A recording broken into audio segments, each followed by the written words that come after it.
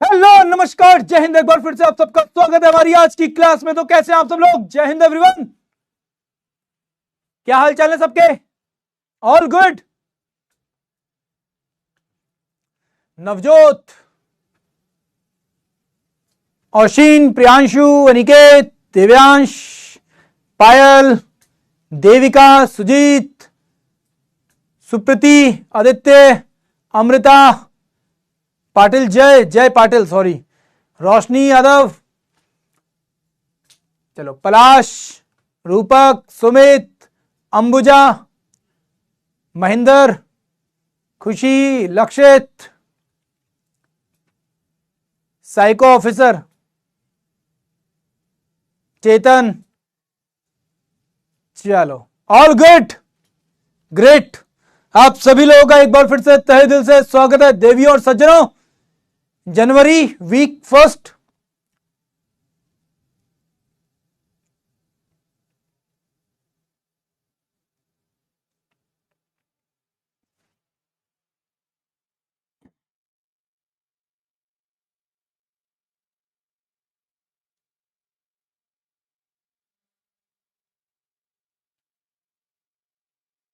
Great.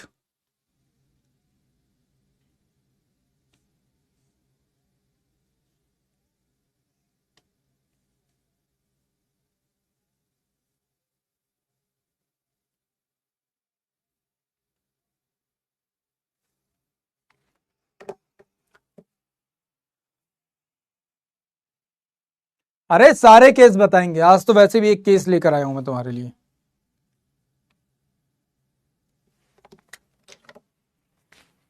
चलिए तो finally आज के बारे में जरा डिस्कशन करते हैं। जनवरी वीक फर्स्ट के बारे में डिस्कशन करेंगे। जो भी चीजें यहां पर आएंगी हमारे सामने वो सारे के सारे टॉपिक्स आज हम लोग देखते हैं। सबसे पहले एक एक तरफ से बात करना शुरू करते हैं। यार देखो, एक चीज इंपॉर्टेंट जो कि मैं तुम लोगों से कहना चाहता हूं, एज यू ऑल नो कि अब दिन बचे हैं 4, एक तरह से 4 ही दिन मान लो, और क्या है ना, है ना। अब ज्यादा दिन तो बचे नहीं है। एक सिंपल सी रिक्वेस्ट करनी है each and everyone, please if you are serious for your exam, please मेरी बात थोड़ा सा ध्यान से सुनना, ठीक है। सबसे पहली चीज, आप में से जितने भी लोग यहाँ पे डाउट में अपने डाउट डाल रहे हो ना, यार अभी लाइव क्लास में डालने का कोई फायदा नहीं है। मैं यहीं पर आपके सारे डाउट सॉल्व कर रहा हूं, ठीक है। तो अभी यहां पर डाउट मत डालना कोई, ताकि हम लोग डायरेक्टली तुम्हारे डाउट्स यहीं के यहीं सॉल्व कर सके। बाकी आप लोगों से एक ना हम्बल रिक्वेस्ट है, वो क्या है रिक्वेस्ट, वो भी बता देता हूं, सुनो ध्यान से। एक छोटी सी बात मैं कहना चाहता हूं, क्योंकि देखो हम जनवरी में आ गए हैं। आप फेब पढ़ोगे, थोड़ा बहुत मार्च पढ़ोगे, एंड उसके बाद दी एंड, उसके बाद कुछ बचेगा नहीं, है ना, कुछ बचेगा नहीं। मार्च तक का ही करंट अफेयर आपके लिए जरूरी है। अभी मेरी बात थोड़ा सा प्लीज ध्यान से सुन लो सब लोग, जो बहुत ज्यादा जरूरी है। मतलब मैं दिल से ये बात कहना चाहता हूं आप सब लोगों के लिए, प्लीज ध्यान से सुनना मेरी बात। व्हाट आई एम सेइंग, एक एक शब्द आपके लिए बहुत जरूरी है, एक एक शब्द जरूरी है। आप सब बार बार हमें ये कहने की जरूरत ना पड़े, आपको पता है आपके सामने मैथ एंड जीएटी का पार्ट आ रहा है। तो इट्स अ हम्बल रिक्वेस्ट, आपको टोटल मिला के 400 के आसपास मार्क्स लेकर आने हैं। अभी जो मेरिट गई है वो 325 45 समथिंग रहता है ना, रहेगा वही। बट अगर आपके पास थोड़े से मार्क्स अगर ज्यादा हैं तो आपको बेनिफिट होगा during your SSB and other things. तो इसलिए मैं आपसे कह रहा हूं कि आप एटलीस्ट 400 नंबर मान के चलो कि आपको लाने ही लाने हैं, ठीक है। 400 नंबर लाने ही लाने हैं। ये मान के चलो कि 200 इधर लाने हैं, 200 इधर लाने हैं। अगर ऐसा भी नहीं मानना चाहते तो ये मान लो मैथ में आपको करीबन करीबन 170 के आसपास लेकर आने, मतलब 150 से 170, एंड बाकी के जो मार्क्स है वो यहां पे लाने हैं। एंड ये हो जाता है, हर बच्चा इस चीज को टारगेट करके चलता है और हर बच्चा कर लेता है। एंड मैं ये बात आपसे क्यों कह रहा हूं, क्योंकि बहुत सारे बच्चे आप ही की क्लास के मेरे पास अभी भी मैसेज करके पूछते हैं कि सर हम करें कैसे। देखो यार, बहुत सीधी सिंपल सी बात है। Each and everyone please please थोड़ा सा इसको ध्यान से सुनो। आप लोग कुछ अलग नहीं कर रहे, आप सबके पास वही 10 उंगलियां हैं, आप सबका फेस बिल्कुल वैसे ही है, आप सबका शरीर बिल्कुल वैसी है, दिल वैसा ही धड़कता है, ठीक है, बॉडी का स्ट्रक्चर बिल्कुल वैसी है, मांसपेशियां बिल्कुल वैसी हैं, आंखें भी दो हैं आपके पास, कोई ऐसा नहीं जो 3 आंखों के साथ आया हो, नाक भी वैसी ही है, कान भी आपके पास 2 हैं जो कि सबके पास है। अगर सारी चीजें एक जैसी हैं तो ऐसी कौन सी चीज है जो आपको अलग बना रही है? वो है बुद्धि का प्रयोग। आप दिमाग कैसे इस्तेमाल कर रहे हो, आप कितने एफर्ट्स, आप कह रहे हो सर मैं फोकस नहीं कर पा रहा हूं, क्यों नहीं कर पा रहे हो? एग्जाम तुम्हारा है, सीरियस तुम कौन है, और तुम टीचर से पूछ रहे हो सर मैं फोकस कैसे करूं, मैं फोकस नहीं कर पा रहा हूं। लिटरली अगर मेरा एग्जाम जब होता था तो मेरे पास ये सोचने का भी टाइम नहीं होता था कि मेरा फोकस हो पा रहा है नहीं हो पा रहा है, क्योंकि इतने सारे क्वेश्चन है, इतना सारा सिलेबस है, कवर करते करते टाइम ही निकल जाता है, कुछ और सोचने का मौका ही नहीं मिलता। It's a simple thing. आप ये सोच भी कैसे पा रहे हो कि मेरे पास मैं फोकस नहीं कर पा रहा? भाई सीधी सिंपल सी चीज है, आपको करना ही है, आपको पता है मैथ करनी है, आपको पता है जीएटी करना है। अगर आप अभी क्लासेस के साथ साथ पीवाईक्यू की प्रैक्टिस करो, ड्यूरिंग क्लासेस करना है,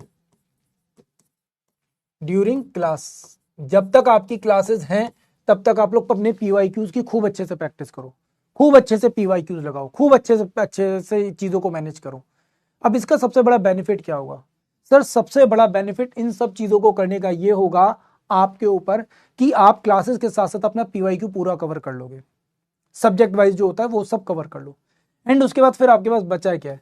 आप लास्ट के जो आपके 2 महीने बचेंगे, लास्ट के जो 1.5 महीना बच रहा है, अराउंड मैं मान के चलता हूं लास्ट 45 टू 50 डेज जो आपके हैं, ठीक है, लास्ट के जो 45 टू 50 डेज हैं, इनमें रिग्रेसिव लेवल पर सिर्फ और सिर्फ आपको प्रैक्टिस सेशन लगाने हैं, और कुछ भी नहीं करना मेरे भाई, कुछ भी मत करो। और आपको यहीं पे पता चल जाएगा आप कहां पे कौन सी गलती कर रहे हो, कौन सा टॉपिक आपका कमजोर है, कौन सा चैप्टर आपका कमजोर है, उसको रिवाइज कर लो। जो भी आपके वीक पॉइंट्स हैं अभी, जो भी आपके वीक पॉइंट्स हैं, चाहे वो आपका टॉपिक हो,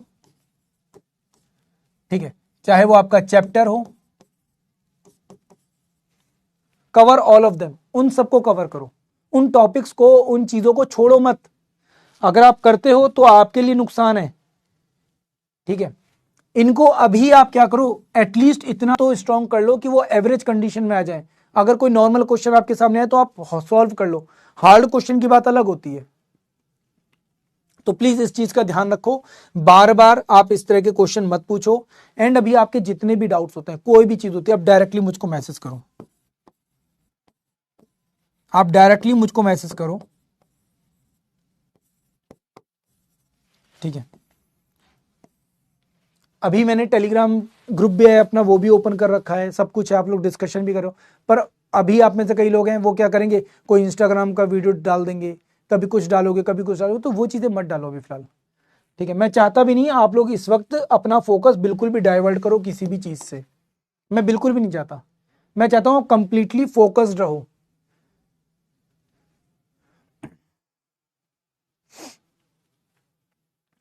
ठीक है। मैं चाहता हूँ आप कंप्लीटली फोकस्ड रहो, इतना फोकस्ड रहो कि आपको दिक्कत ना हो, ठीक है। चलो फाइनली अब हम लोग जरा यहां पे बात कर लेते हैं अपने आज के टॉपिक के बारे में, और जरा पढ़ाई कर लेते हैं, ठीक है। तो पढ़ाई क्या करनी है, करंट अफेयर। हमारा करंट अफेयर क्या है, 21st country to join the eurozone. Eurozone क्या है? अब बड़ी सिंपल सी बात है, ये जो यूरोपियन कंट्रीज हैं, ये जो यूरोप आप देख रहे हो, ये जो यूरोपियन कंट्रीज हैं, इन यूरोपियन कंट्रीज ने क्या कर रखा है, अपना एक सिंगल क्या बना रखा है, करेंसी बना रखा है। अब इस सिंगल करेंसी को ये सबके सब क्या करते हैं, इस्तेमाल करते हैं। अब सारे के सारे सिंगल कंट्रीज अगर सिंगल करेंसी को इस्तेमाल करेंगे तो बेनिफिट क्या है, बेनिफिट ये इन्हें करेंसी के अप एंड डाउन होने से कोई खास फर्क नहीं पड़ेगा, सेम रेट पर सारी चीजें क्या कर सकते हैं, लोग खरीद सकते हैं, बेच सकते हैं, सारे काम कर सकते हैं। तो इनके लिए क्या है, बड़ी ही कंफर्टेबल कंडीशन है। क्या है, बड़ी ही कंफर्टेबल कंडीशन है ना। इससे क्या होगा, इससे कहीं ना कहीं इनकी जो इकोनॉमी है वो यहां पर क्या करेगी, बहुत आराम से सस्टेन कर पाएगी, है ना, बहुत आराम से क्या कर पाएगी, सस्टेन कर पाएगी, संभाल पाएगी अपने आप को। अगर कोई एक देश मान लो लड़खड़ा जाता है, कुछ गड़बड़ होती है, तो ऐसे में क्या करेगा, दूसरा देश उसे कहीं ना कहीं कवर करने की कोशिश करेगा, थोड़ा बहुत प्रोटेक्ट करने की कोशिश करेगा, समझे। ठीक है, क्या करेगा, उसे कवर करने की कोशिश करेगा, उसे सपोर्ट करेगा। ठीक है, तो आपको ये बात समझ में आ गई अच्छे से, पहली बात आपको यहां पे अच्छे से समझ में आ गई होगी। ठीक है, क्लियर है। चलो यहां तक तो किसी को कोई दिक्कत नहीं, सिंपल सीधी सी बात। अभी रिसेंटली क्या हुआ है, बुल्गारिया जो कंट्री है उसने क्या किया, रिसेंटली यूरोजोन को एक्सेप्ट किया है कि भाई मैं भी क्या करूंगा, इस यूरोजोन को ज्वाइन करूंगा। कहां पर है, ये रहा कंट्री वो आपका। ठीक है, ये वो कंट्री है बुल्गारिया जो यहां पे क्या हो रही है, इसका हिस्सा बन रही है। ठीक है, क्लियर है। अब ये कहां पे आता है, ये आता है इस वाले रीजन में जिसे हम लोग कहते हैं बाल्कान रीजन। क्या कहते हैं, बाल्कान रीजन। ठीक है, ठीक है, यूरोपियन रीजन में ये वाले जो कंट्रीज हैं ये कौन है, बाल्कान रीजन है। यहीं पर ग्रीस है जिसने सबसे पहले इसको क्या किया था, ज्वाइन किया था। किसको ने ज्वाइन किया था, ग्रीस ने ज्वाइन किया था। ठीक है, आफ्टर ग्रीस यहां पर बुल्गारिया क्या हो रहा है, दूसरा कंट्री बन रहा है जो इसको ज्वाइन करने का काम कर रहा है। तो सीधी सिंपल सी बात ये है। अब ये ट्रीटी हुई कब थी, इस ट्रीटी को कहते क्या है, मैसाचुसेट्स ट्रीटी इसको कहा जाता है। 1992 में इसको क्या किया गया था, साइन किया गया था। किसके द्वारा, यूरोपियन यूनियन के द्वारा। अब यूरोपियन यूनियन में तो बहुत सारे कंट्रीज हैं, पर सारे कंट्री इसको फॉलो नहीं करते, ये क्लियर है। ठीक है, सारे कंट्री इसको फॉलो नहीं करते, ये क्लियर है। अब इसका बेनिफिट क्या होता है, formation of the common economical and monetary union बनाते हैं। इससे बेनिफिट क्या हो रहा है, सबसे पहली चीज तो भाई इकोनॉमिकल जो प्रॉब्लम्स होती हैं उनको हेल्प करने में हेल्प करते हैं एक दूसरे की, कि भाई चलो ठीक है इसकी इकोनॉमी नीचे जा रही है तो हम सब मिलकर क्या करेंगे, हेल्प करेंगे। फॉर एग्जाम्पल जैसे एक तरह से बोला जाता है, आपने गाँव में देखा होगा कि गाँव में साझा चूल्हा बनाए जाते हैं, है ना, एक परिवार का साझा चूल्हा। कभी तुम लोगों ने गाँव में रहे हो, आपने देखा होगा आपकी एक बड़ी सी फैमिली है जिसमें चाचा ताऊ मामा नाना सबके सब रहते हैं, एंड वो सबके सब क्या करते हैं, एक सिंगल किचन में खाना बनता है। क्या बनता है, सिंगल किचन में खाना बनता है। सिंगल किचन में खाना बनने का बेनिफिट क्या है, मान लो चाचा ने थोड़ा बहुत कम भी कमा लिया तो उससे फर्क नहीं पड़ेगा, आपके फादर थोड़ा सा कम कमा रहे हैं तो उससे फर्क नहीं पड़ेगा, क्यों, चूल्हा साझा है, एक साथ सब लोग क्या कर रहे हैं, प्रोडक्शन कर रहे हैं, एक साथ सब लोग पैसा लेकर आ रहे हैं, सारी चीजें हो रही है, तो उसका बेनिफिट होता है ना। जो आदमी गरीब है उसको भी क्या मिलता है, उतना ही बराबर कंट्रीब्यूशन मिल जाता है ना। तो ये जो प्रॉब्लम होती है वो सॉल्व हो जाती है। तो एक तरह से यहां पर यूरोप ने क्या कर रखा, अपना साझा चूल्हा बना लिया है, एक ज्वाइंट फैमिली के जैसे हो गए। क्या हो गए, ज्वाइंट फैमिली के जैसे, कि कोई भी प्रॉब्लम होगी हम सब मिलकर क्या कर लेंगे, उस मॉनेटरी प्रॉब्लम को, उस इकोनॉमिकल कंडीशन को हैंडल कर लेंगे, किसी को परेशान होने की यहां पे जरूरत नहीं पड़ेगी। बात समझ में आई। एंड यही रीजन है कि इन्होंने क्या किया, कॉमन करेंसी को यहां पे एक्सेप्ट कर लिया। क्या किया, यहां पे एक्सेप्ट कर लिया और एज अ लीगल टेंडर इसको एक्सेप्ट किया, और इस करेंसी को क्या कहा, यूरो कहा। क्या कहा, यूरो कहा।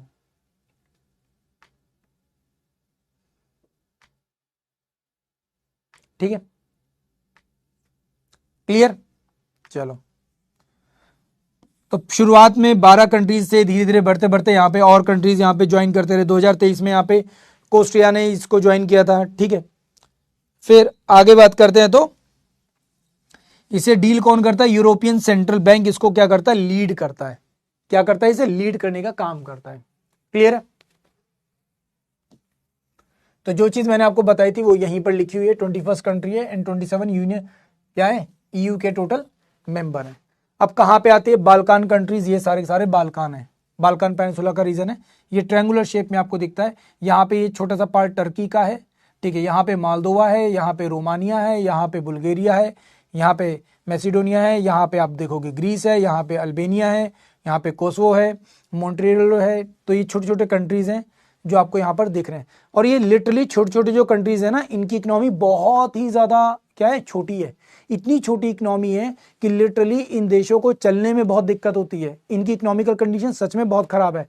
और अगर आप यहाँ पर एक मजेदार बात बता दो तुम्हें, एक इतनी मजेदार बात बताता हूँ ना, तुम सुनकर हैरान रह जाओगे। तुमने इसका नाम सुना है, रोमानिया? एनीवन, किसी ने नाम सुना है रोमानिया? नहीं सुना तो मैं बताता हूँ। रोमानिया कोई बहुत ज्यादा रिच कंट्री नहीं है। रोमानिया कभी आप जाओगे तो आपको लगेगा लिटरली आप लोग उस यूरोप में आ गए हो जो आज से 30 40 50 साल पहले का यूरोप है। 30 40 50 साल पहले का यूरोप आपको लगेगा। एंड अगर आप रोमानिया जाओगे, ठीक है, आपको हैरान रह जाओगे कि रोमानिया का जो कल्चर है, रोमानिया का जो कस्टम है, वो एग्जैक्टली बिल्कुल वैसा ही है जैसे कि राजपूतों का होता है। जैसे किसका होता है? राजपूतों का होता है। रोमानिया का जो कल्चर है वो एग्जैक्टली बिल्कुल वैसे ही लगेगा जैसे राजपूतों के कस्टम्स है, राजपूतों का कल्चर है। आप कहोगे सर ऐसा कैसे हो सकता है? ऐसा कैसे हो सकता है? अब ऐसा इसलिए हुआ, एक टाइम पीरियड था जब कई सारे राजपूत राजा आगे की तरफ जब बढ़े थे तो वो धीरे धीरे करते करते यूरोप के रीजन में पहुंच गए। एंड आज भी अगर इन लोगों का पहनावा देखोगे, इनके जो अपने पुराने जो परिधान है, कपड़े हैं, अगर आप वो देखोगे, ठीक है, अगर आप इनके आज भी डांसेस देखोगे, उठने बैठने का तरीका देखोगे, वो काफी हद तक राजपूतों के जैसा है। जो शादी विवाह का तरीका है वो काफी हद तक राजपूतों के जैसा है। अब सोचो कितनी मजेदार सी बात है कि वहां से यहां पर कितना इंपैक्ट पड़ रहा है ना? ठीक है, तो कुछ कई ऐसे थे जो यहां पे ट्रेवल करके पहुंचे और आज भी इनके कस्टम्स, इनके जो कल्चर है वो क्या है, राजपूतों के साथ बहुत ज्यादा मेल खाता है। अब नो डाउट आज के टाइम पीरियड में ये लोग कन्वर्ट होकर क्रिश्चियंस बन गए हैं, कुछ और लोग बने हैं, कई अलग अलग रिलीजन्स को इन्होंने एक्सेप्ट कर लिया, बट आज भी अपने कस्टम्स एक्सेप्ट करते हैं। एंड ये भी मानते हैं कि हाँ, हमारा ओरिजिन कहां से, इंडिया से, हम आए कहां से, वी केम फ्रॉम इंडिया। आज भी ये लोग मानते हैं, आज भी ये लोग इस चीज की रिस्पेक्ट करते हैं, आज भी ये लोग इस चीज की रिस्पेक्ट करते हैं। सोचो हम लोग हैं, हम इंडिया में रहकर अपने कस्टम्स, अपने कल्चर की रिस्पेक्ट नहीं करते हैं। एंड ये लोग आज भी रिस्पेक्ट करते हैं उस चीज की, ये लोग आज भी उस चीज को अपने साथ लेकर चल रहे हैं। सोचो कितनी शर्मिंदगी की बात है हम लोगों के लिए। फिर यहां पे आप लोग जो देख रहे हो, ये पूरा का पूरा यूरोप है आपका, ठीक है। यहां पे आपको क्या पता होना चाहिए, जैसे आपको यहां पे पता चला ये वाला रीजन कौन सा है, बाल्कान कंट्रीज है। कौन सा रीजन है? बाल्कान कंट्रीज है, ठीक है। यहां पे देखोगे तो ये जो कंट्रीज है ये क्या है, ये स्कैंडिनेवियन कंट्रीज है। क्या है?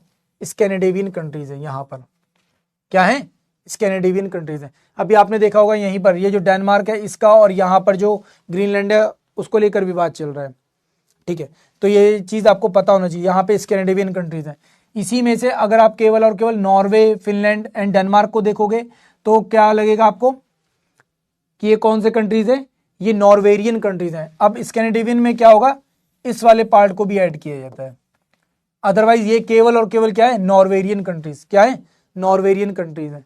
तो आपको ये चीज पता होनी चाहिए, अगर नहीं पता तो मैंने आपको फाइनली यहाँ पर बता दी। तो ये पूरा का पूरा यूरोप जो कि आप लोग यहाँ पर देख रहे हो, कई बार आप लोगों से पूछा जाता है। फिर आता है यहाँ पे हरियाणा। एक छोटा सा इंफॉर्मेशन, हरियाणा में सेक्स रेशियो जो हुआ है वो क्या हुआ है, काफी अच्छा खासा बढ़ा है। क्या हुआ? काफी अच्छा खासा बढ़ा है। अब ये जो सेक्स रेशियो है ये लास्ट 5 ईयर्स का एक डेमोग्राफिक क्या है, सर्वे है, ठीक है। क्या है?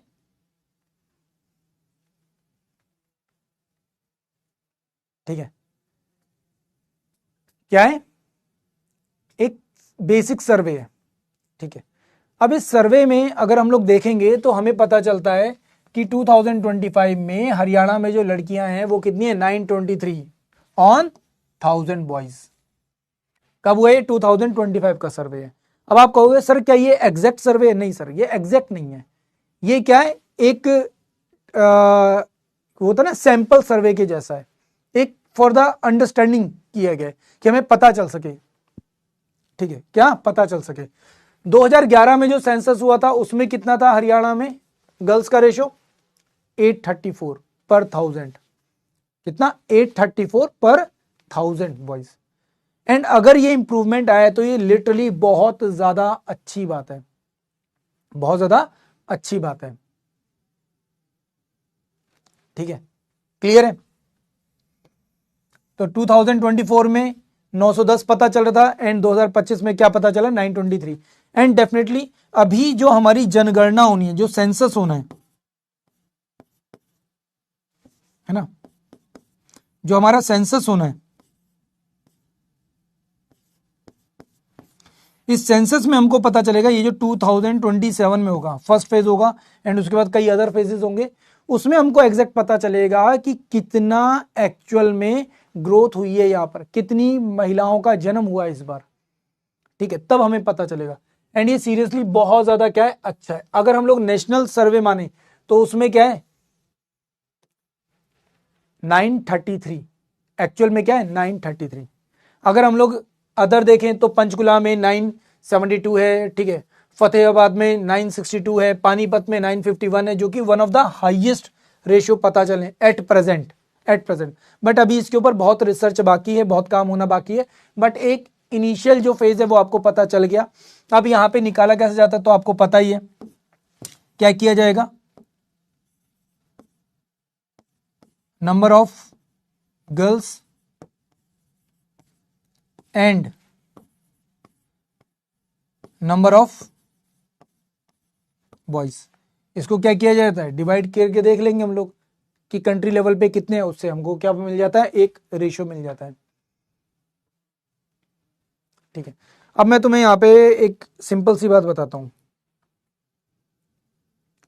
बेटा, बायोलॉजिकली तो नहीं है, यही तो सबसे बड़ी बात है, तुम्हें अभी यही तो नहीं पता, इसका मतलब तुम पहले के डेटा को देख ही नहीं पाए हो अभी तक। अब let me clear one thing, आप में से कई लोग यहां पर बोल रहे हो पटना वाला केस, देखो यार बहुत सीधी सिंपल सी बात है, ऐसे कई सारे केसेस आपके सामने आते हैं, कई सारी चीजें आपके सामने आती हैं, ठीक है।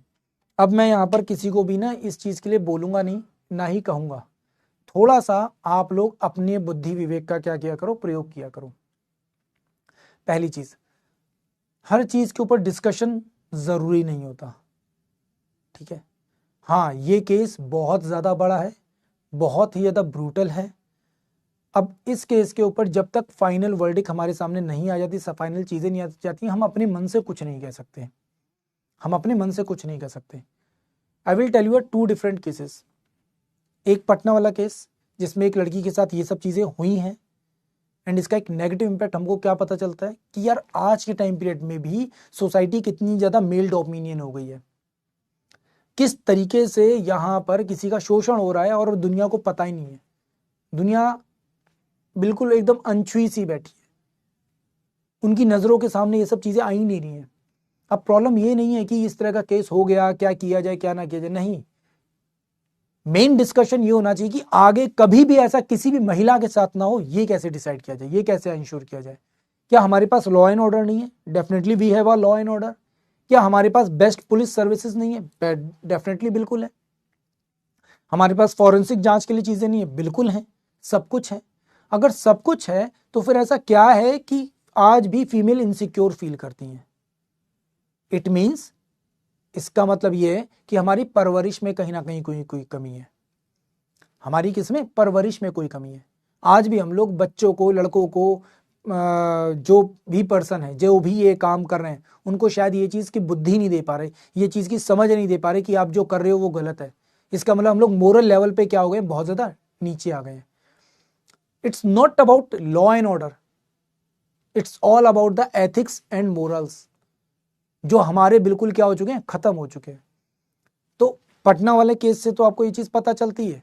मैं डेफिनेटली कहता हूं आज के टाइम पीरियड में किसी भी महिला को इतना आत्मनिर्भर होना चाहिए कि अगर उसके साथ कभी कुछ गलत हो सके तो वो इतना जोर से रेजिस्ट करे कि सामने वाले को कभी हिम्मत ना पड़े, ठीक है।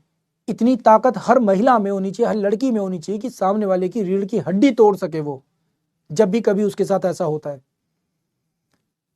ज्यादा हिम्मत की जरूरत नहीं होती, इतनी जोर से चिल्लाना होता है कि पूरी दुनिया सुन सके, इतनी जोर से मारना होता है कि सामने वाला कभी तुम्हारे सामने खड़ा ना हो सके, बस इतना ही करना होता है। और ये हर लड़की को मैं समझाता हूं, हर लड़की को बताता हूं, तुम्हें कुछ भी नहीं करना, तुम्हें इतनी जोर से चिल्लाना, इतनी जोर से चिल्लाना कि पूरी दुनिया तुम्हारी बात सुने, और दूसरी चीज इतनी जोर से मारना है, इतनी जोर से मारना है कि सामने वाला कभी खड़ा ना हो सके।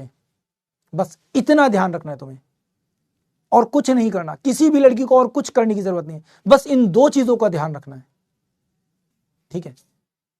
इन 2 चीजों का ध्यान रखना है। अनफॉर्चुनेटली आपके पेरेंट्स ने आपको कमजोर बनाया है, किसी और ने नहीं बनाया है, आपके पेरेंट्स ने आपको कमजोर बनाया है।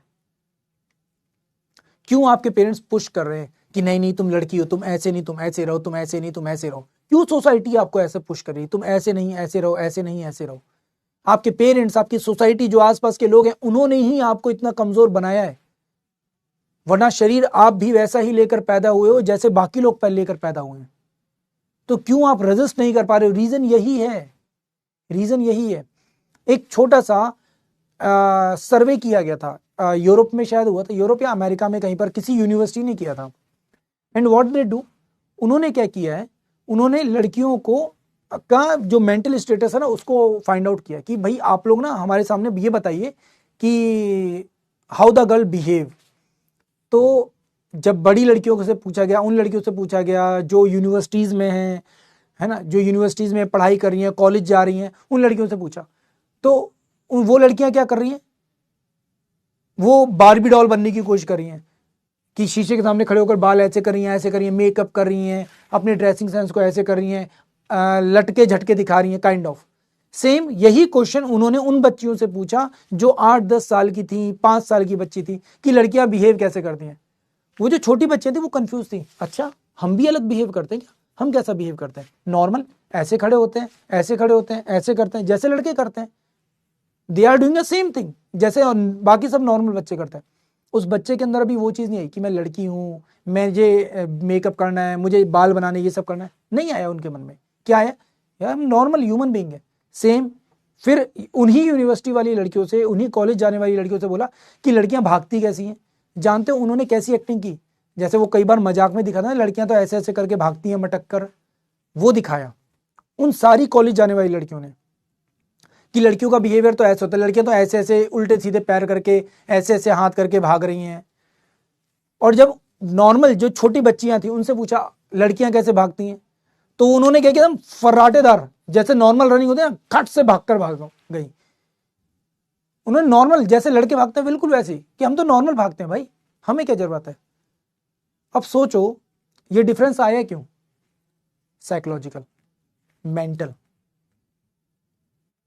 ठीक है, तो आप में से जितनी लड़की है ना उन सबसे कहता हूं ये सारे जो सोशल टैबूज होते हैं ना इन सबको तोड़ दो, इन सबको तोड़ दो। अब ये तो हो गई पहली बात जो आप सब लोग पटना केस में सुनना चाह रहे थे। नो डाउट उस लड़की के साथ जो हुआ है वो गलत हुआ है, बट यस एक्शन भी उतने स्ट्रिक्ट होने चाहिए। वी डू नॉट वांट कि आर्जिकल केस हुआ है कलकत्ता वाला, फिर उसके बाद पटना वाला केस सुनने को मिल रहा है, कल फिर किसी और जगह का सुनने को मिलेगा, उससे पहले दिल्ली सुनने को मिल रहा था, फिर कहीं और हो जाएगा कुछ, तो हम नहीं सुनना चाहते। We want a strict action कि एक फाइनल डिसीजन हो कि भाई इन सब चीज़ों को ख़त्म किया जाए सोसाइटी में से।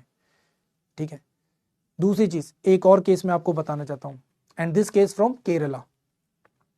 एक पर्सन जो भरी हुई बस में खड़ा है, हाथ ऐसे करके बस में, ठीक है, एक लेडीज जानबूझ के सोशल मीडिया का फोन यूज करके कि देखो ये आदमी मुझे जानबूझ के टच कर रहा है, देखो ये आदमी ऐसे खड़ा है, देखो ये आदमी ऐसे खड़ा है।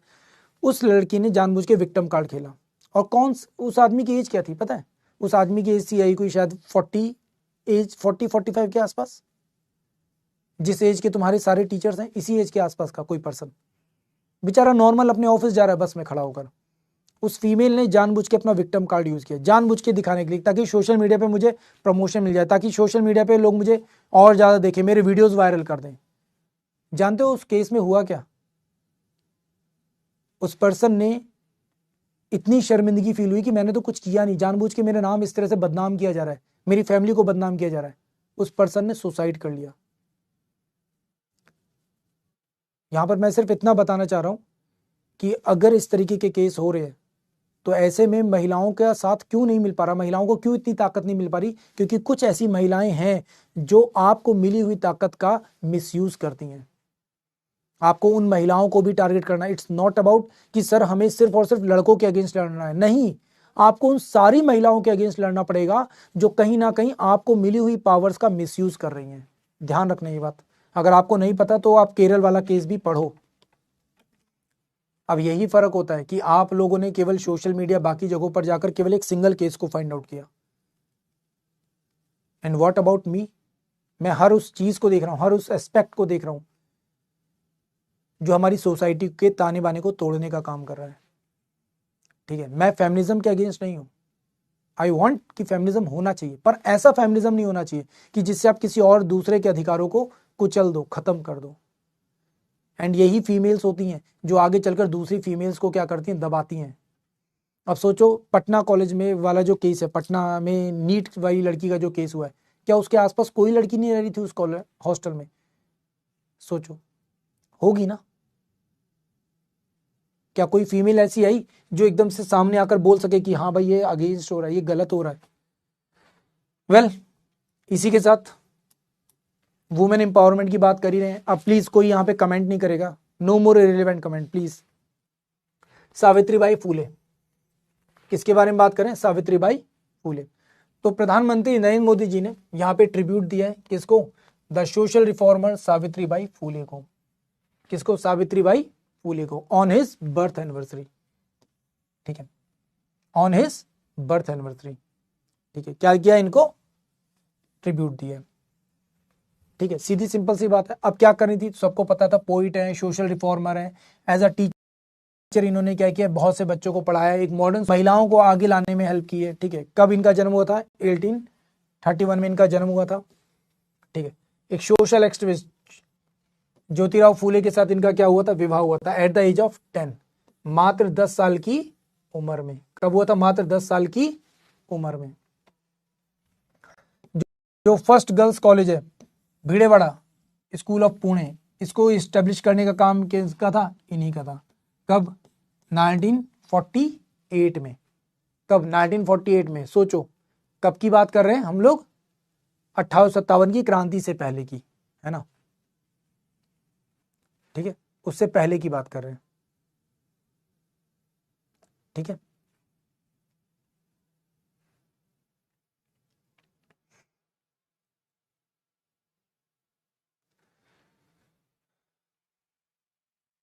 ठीक है। इन्होंने चाइल्ड मैरिज को के विरोध में बात करी, डॉरी के अगेंस्ट बात करी, ठीक है, कास्ट डिस्क्रिमिनेशन के अगेंस्ट बात करी। ठीक है, एंड वीडो रीमैरिज के अगेंस्ट भी क्या की इन्होंने? के सपोर्ट में, सॉरी, वीडो रीमैरिज के सपोर्ट में बात करी। मैं उल्टा बोल रहा था, सॉरी। वीडो रीमैरिज के सपोर्ट में भी क्या करी? बात करी। ठीक है, इन्होंने इसके अलावा, ठीक है, काव्य फूले करके एक बुक लिखी थी। साथ ही साथ इन्होंने भवन काशी, ठीक है, सुबोध रत्नाकर करके एक बुक लिखी थी। तो ये दो बुक्स हैं जो कि मराठी भाषा में क्या की गई हैं? लिखी गई हैं। वेल, फिर बात करते हैं यहाँ पे हम लोग वेनेजुएला वाले केस की।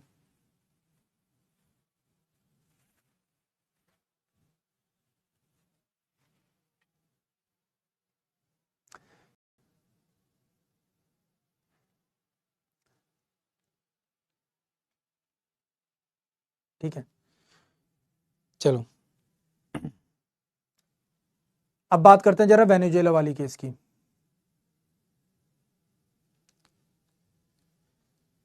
अब देखो यहां पर ना एक चीज और भी बताता हूं। अब पता नहीं तुम लोगों में से किसी को पता है नहीं पता।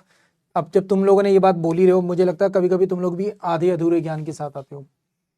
ज्योतिबा फूले के बारे में जानते हो? कोई बता सकता है ज्योतिबा फूले की एक किताब का नाम बताओ? कौन सी किताब लिखी है ज्योतिबा फूले ने? हाँ, ज्योतिबा फूले ने कौन सी किताब लिखी है?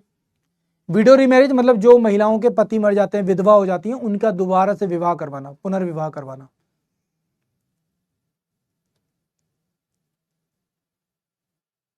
ठीक है, तुम में से कितने लोगों को पता है ज्योतिबा फूले की कोई किताब? अब मैं तुम्हें बताता हूं उस समय और आज के समय में क्या अंतर है, क्या डिफरेंस है। गुलामगिरी पढ़ी है कभी किसी ने?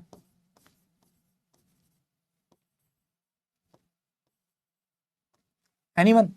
किसी ने गुलामगिरी पढ़ी है? एनीवन?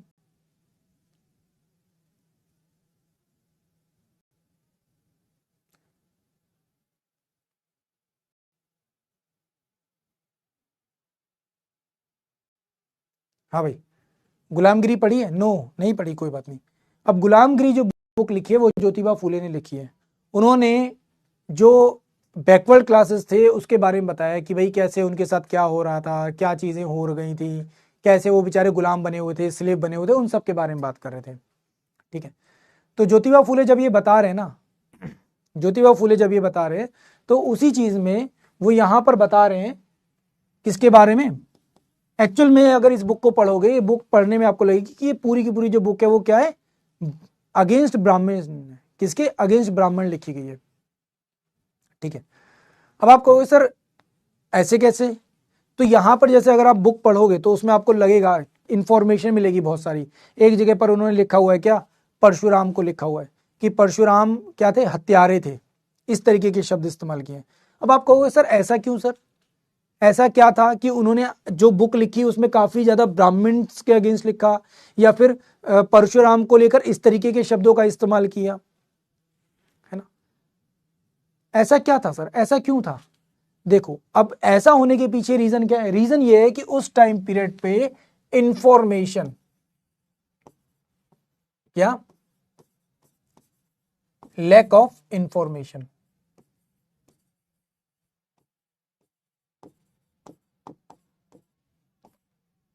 क्या? Lack of information. जितने भी लोग थे, जो भी किताबें उस समय पर लिख रहे थे, जो भी चीजें उस समय पर लिख रहे थे, उनको जो नॉलेज मिल रही थी, उनको जो ज्ञान मिल रहा था, वो सारा का सारा केवल और केवल कहां से मिल रहा था? अंग्रेजों ने जो टेक्स्ट लिखा हुआ, अंग्रेजों ने जो किताबें लिखी, वहां से मिल रहा था। और सभी लोग उन्हीं किताबों का रेफरेंस ले लेकर क्या कर रहे थे? चीजों को आगे लिख रहे थे, है ना?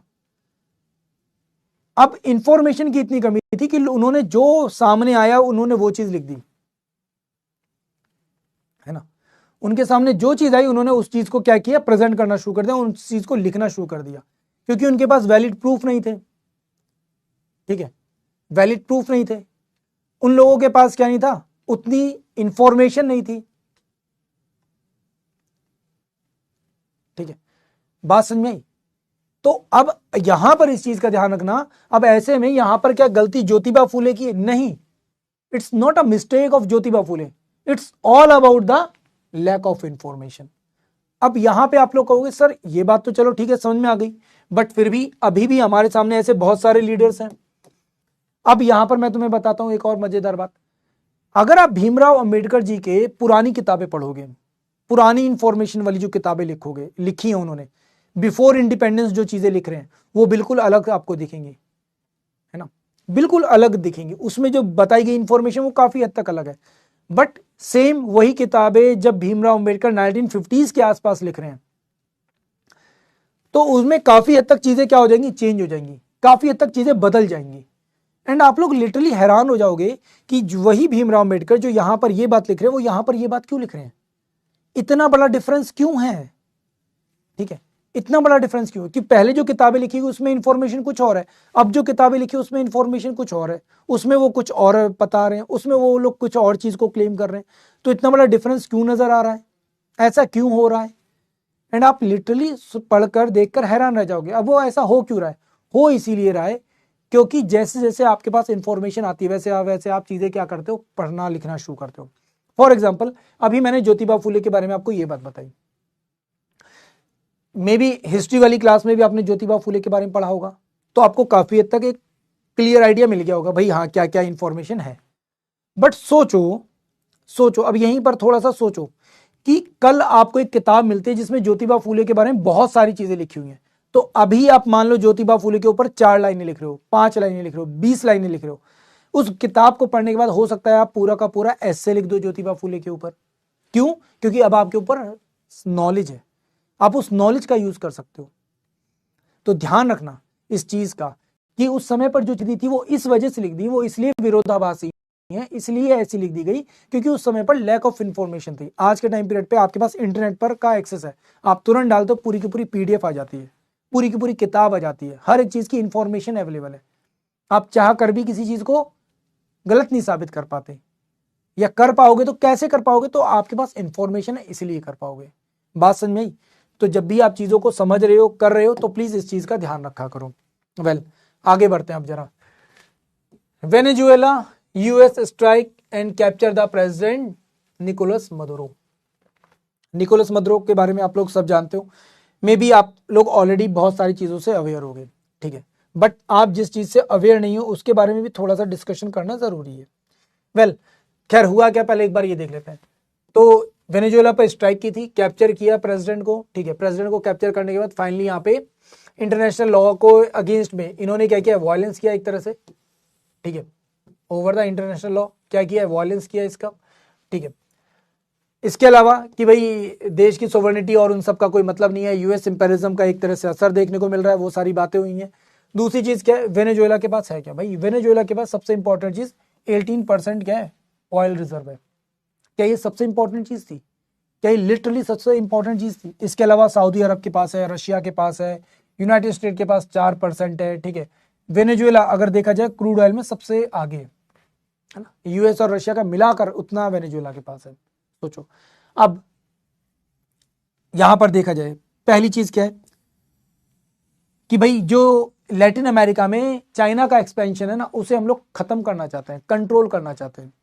दूसरी चीज क्या बोली, यूएस डील्स, कि यूएस की जो चीजें थी, जो उसके मतलब जो क्या बोलते हैं एक तरह से फायदे में जो चीजें थी, वो वेनेजुएला नहीं कर रहा था, है ना। जो ऑयल शिपमेंट्स होती थी, चीजें होती थी, उनमें यूएसए को एंट्री नहीं मिल रही थी, तो वो हो गया। दूसरी चीज क्या है, यहां पे मुनरोज डॉक्ट्राइन यहां पे लाने की कोशिश की, क्यों, ताकि अपना बैकयार्ड स्ट्रांग हो सके। बैकयार्ड मतलब यूएसए के आसपास का एरिया स्ट्रांग हो सके, यूएस स्ट्रांग हो सके, कोई और दूसरा वहां पे एक्सेस ना ले सके, वहां का जो क्रूड ऑयल वो हमारे कंट्रोल में। अब केवल क्या क्रूड ऑयल तक ये बात है, नहीं सर, बहुत सारी चीजें, ठीक है। ऑयल इंपॉर्टेंस इंडिया के पॉइंट ऑफ व्यू से एंड बायलैटरल ट्रेड इंडिया के पॉइंट ऑफ व्यू से आपको यहाँ पे समझना जरूरी है। अब यहाँ पे आ जाते हैं, ये है आपके सामने वेनेजुएला, ठीक है, ये आपके सामने क्या है, वेनेजुएला है। अब अगर मैं आपको मैप में दिखाऊं, तो मैप में दिखाते हैं तो ज्यादा बढ़िया लगेगा आपको। कहाँ गया वो, अरे चचा कहाँ बंद हो जाता है ये,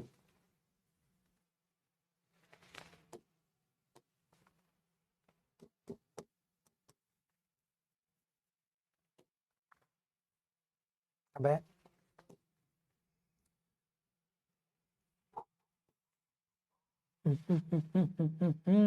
जल्दी आ जा भाई। ये अर्थ है, सबको दिख रही है ना।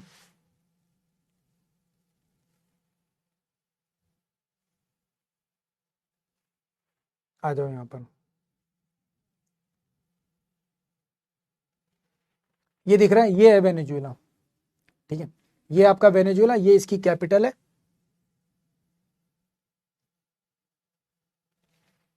ठीक है, दिख रहा है सबको। कहाँ गया चैट अपना, ठीक है, चैट सबको दिख रही है, ठीक है। अब यहां पे हुआ क्या है, अब आप कहोगे सर ऐसा क्या हो रहा है यहां पर, क्यों ऐसा हो रहा है। सबसे पहली चीज तो भाई सारे केसेस मैं यहां पे बताने लगूंगा, तुम पढ़ोगे कब। एक बात सोच, क्या आइए संतोष वर्मा का केस ये आएगा तेरे एग्जाम में, सक्षम, थोड़ा सा लॉजिकली सोच ना। कुछ चीजें समझ में आती है, बट हर चीज के ऊपर डिस्कशन जरूरी नहीं है क्लास में बेटा। एंड अगर मैं कर रहा हूं ना, तो फिर मैं अपने प्रोफेशन के साथ दगाबाजी कर रहा हूं, धोखेबाजी कर रहा हूं, ठीक है।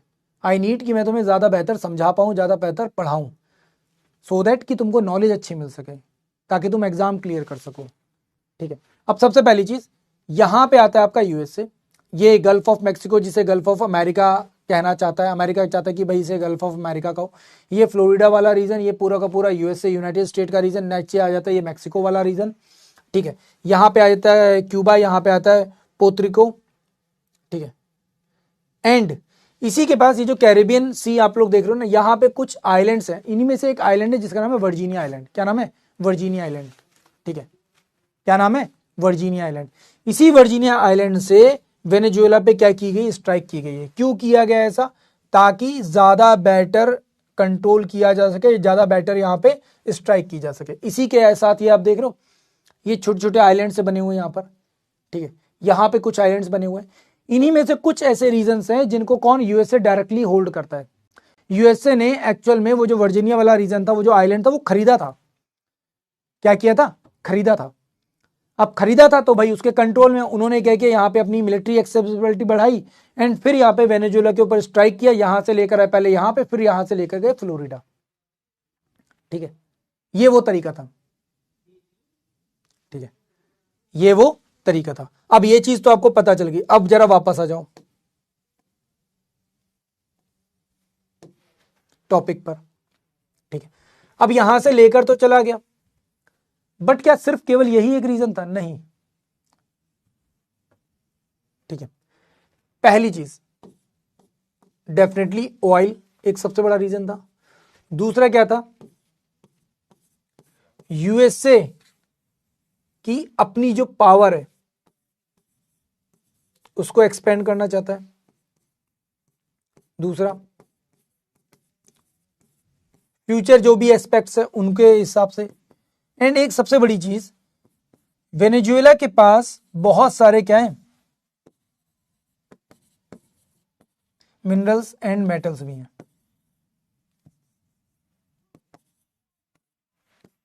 बहुत सारे मिनरल्स एंड मेटल्स हैं। एंड जिस टाइम पीरियड पे ये सब हुआ था, इसी टाइम पीरियड पर सिल्वर सुना है सब लोगों ने? जानते हो आज के टाइम पीरियड पे सिल्वर के रेट इतने ज्यादा क्यों बढ़ गए? क्योंकि सिल्वर केवल और केवल ऐसा नहीं कि आप लोग केवल पहन रहे हो, सर ने ब्रेसलेट पहन लिया, ज्वेलरी पहन ली, अंगूठी बनवा ली, नहीं सर। सिल्वर आज के टाइम पीरियड पे इतना जो महंगा हो रहा है उसके पीछे रीजन ये है क्योंकि हर एक इलेक्ट्रॉनिक डिवाइस में सिल्वर का यूज हो रहा है ना? क्या हो रहा है? हर जगह पर सिल्वर का यूज हो रहा है, ईच एंड एवरी प्लेस, और बहुत मैसिवली हो रहा है। एंड सिल्वर ना केवल आपके इलेक्ट्रॉनिक डिवाइस में, आने वाले टाइम पीरियड पे आपका जो ईवी है उसमें सिल्वर का यूज है, आपके जो सोलर पैनल्स लगते हैं उसमें यूज है, ठीक है। इवन आपकी जो डिफेंस टेक है उसमें भी सिल्वर का इस्तेमाल होता है, सिल्वर का इस्तेमाल होता है सर, क्योंकि जो चिप्स बन रही हैं और चीजें हो रही है उसमें सिल्वर का यूज किया जा रहा है ना। अब इन सबका अगर इस्तेमाल किया जाएगा तो सिल्वर के प्राइस क्या होंगे? बढ़ेंगे। एंड वेनेजुएला के पास अराउंड 17 to 18% सिल्वर है वर्ल्ड का। कितना? 17 to 18%। वेनेजुएला ये सिल्वर देता है किसको? चाइना को। चाइना इस सिल्वर को करता है रिफाइन। क्या करता है? रिफाइन करता है। ये कहां जाता है सिल्वर? चाइना जाता है। चाइना जाकर क्या होता है? वहां पे रिफाइन होता है। एंड रिफाइन होने के बाद फिर ये सिल्वर क्या होगा? पूरी दुनिया में बेचा जाएगा, है ना? पूरी दुनिया में बेचा जाएगा। अब इस सिल्वर को कंट्रोल कर रहा था कौन? वेनेजुएला और चाइना। अब क्या हुआ कि जो सिल्वर जाना था कहां पे? अदर कंट्रीज को, कंपनीज को, टेस्ला को, ठीक है, सैमसंग को, एप्पल को, इन सबको जाना था, वो सिल्वर क्या किया? यहां पर रोक लिया गया। किसके द्वारा? वेनेजुएला ने। और वेनेजुएला ने वो सारा का सारा सिल्वर किसको दिया? चाइना को दिया। यूएसए ने बोला यार अगर ऐसा चलता रहा ना तो दिक्कत हो जाएगी, we need to take action. Action ले लेते हैं। एक्शन ले लिया। दूसरी चीज ये जो है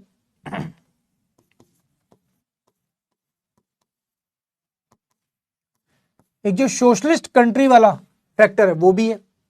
वेनेजुएला क्या है? एक सोशलिस्ट कंट्री है ना? एक तरह से देखा जाए तो रशिया एंड चाइना का सपोर्टर है। अब जैसे रशिया नहीं चाहता कि कोई भी पर्सन यूक्रेन में आए या नाटो यूक्रेन में आए, है ना? क्या? जैसे रशिया नहीं चाहता कि कोई भी यूक्रेन में आए, है ना, यूक्रेन में नाटो आए, यूएसए यूक्रेन में आए, एग्जैक्टली बिल्कुल वैसे यूएसए भी क्या कह रहा है कि भाई कोई भी मेरी टेरिटरी के आसपास मत आओ, है ना? कोई भी मेरी टेरिटरी के आसपास मत आओ। तो ये कंप्लीट क्या था? रीजन है। अब ये केवल कंप्लीट रीजन नहीं है, इसमें बहुत सारी चीजें हैं, ठीक है, इसमें बहुत सारी और चीजें हैं जो शायद हम लोग डिस्कशन करने के लिए अभी हमारे पास टाइम उतना नहीं है, बट ये सारी की सारी क्या मिली जुली चीजें। वेल, फिर बात करते हैं first advance estimate of GDP. Sir क्या किया गया यहां पे? पहली बार फर्स्ट एडवांस एस्टिमेट निकाला गया किसका? जीडीपी का। किसका? जीडीपी का, कि जीडीपी हमारी कितनी होने वाली है। एक एस्टिमेट निकाला गया। क्या किया गया? एक एस्टिमेट निकाला गया।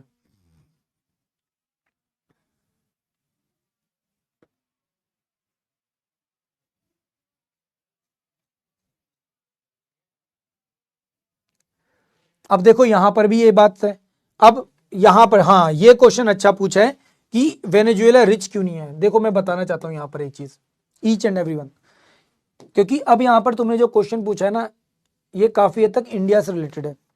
आप में से कई सारे ऐसे लोग होंगे जो ये कहते होंगे सर गवर्नमेंट को फ्रीबीज देने चाहिए, जैसे दिल्ली में फ्री इलेक्ट्रिसिटी, लाडली बहन योजना, ये योजना, वो योजना, ऐसा कर दो, वैसा कर दो, फ्री में सब कुछ दे दो। तुम में से बहुत सारे लोग होंगे एंड बहुत सारे लोग गवर्नमेंट के अगेंस्ट भी जाते होंगे, यार गवर्नमेंट हमको फ्री क्यों नहीं दे रही, हर कंट्री में फ्री की बात होती है, ये होता है वो होता है, इंडिया में क्यों नहीं हो रहा। वेनेजुएला ने भी यही काम किया था। वेनेजुएला ने क्या किया? यहां पर बहुत ज्यादा फ्रीबीज दी। और ये फ्रीबीज आई कहां से? ऐसा थोड़ी कि उन्होंने अपने आप दे दी, नहीं। यूएसए ने सोचा यार एक काम करते हैं, यहाँ पे एक ऐसा पर्सन बैठाते हैं जो ना लिटरली एकदम पपेट जैसा हो, बेवकूफ हो, ऐसा आदमी बैठाया इन्होंने, ऐसा आदमी ने बैठ के क्या किया, वहां पे फ्री बीज और फालतू की चीजें की और वहां की कंडीशन एकदम वर्स्ट कर दी। वेनेजुएला एक टाइम पीरियड पर इतना बेहतरीन देश था कि दुनिया की सबसे ज्यादा miss world, miss universe, miss earth Venezuela से आती थी। One of the most beautiful females वहां से होती थी। बहुत बढ़िया लेवल पे ग्रोथ कर रहा था, एक कैपिटलिस्ट माइंडसेट था। बट जैसे यहाँ पे गवर्नमेंट बदली, गवर्नमेंट ने बोला हम लोगों को सब कुछ फ्री दे देंगे, there is a no need of tax, कोई टैक्स देने की जरूरत नहीं है, कोई पैसा देने की जरूरत नहीं है, सरकार इतना पैसा कमा सकती है, हमारे पास बहुत सारे क्रूड ऑयल्स हैं। जैसी ये चीज सबका सब क्या हो गया, गुड़ गोबर हो गया। भाई जैसे ही आप ऐसा करोगे ना, फॉर एग्जाम्पल मैं तुमको ही दे दूं कि भाई तुम्हें बिजली का बिल देने की जरूरत नहीं है, पानी का बिल देने की जरूरत नहीं है, गैस का बिल देने की जरूरत नहीं है, सब कुछ गवर्नमेंट तुमको फ्री देगी। तुम बताओ, तुम्हारी इच्छा करेगी तुम कमाओ? नहीं करेगी। तुम्हारी कोई इच्छा नहीं करेगी कि तुम कमाओ। तुम बोलोगे जब गवर्नमेंट सब फ्री दे रही है तो क्या जरूरत है भाई, क्यों कमाऊं मैं? सरकार बोले हम तुम्हें बेरोजगारी भत्ता देंगे 10,000 रुपए, तुम कमाओगे? बिल्कुल नहीं कमाओगे। तुम कहोगे जब तक 10,000 रुपए मिल रहे भाई इंजॉय कर, और नौकरी लग भी जाएगी तो गवर्नमेंट को नहीं बताएंगे 10,000 यहां से आ रहे हैं, 4-5,000 रुपए का अपना और जुगाड़ कर लेंगे भाई, रोज का काम हो जाएगा, चलो छोड़ो। ये चीज वेनेजुएला में हो रही थी, सेम ऐसे ही जिम्बाब्वे में हुआ था, एंड सेम ये चीज इंडिया में भी पुश करने की कोशिश की गई थी।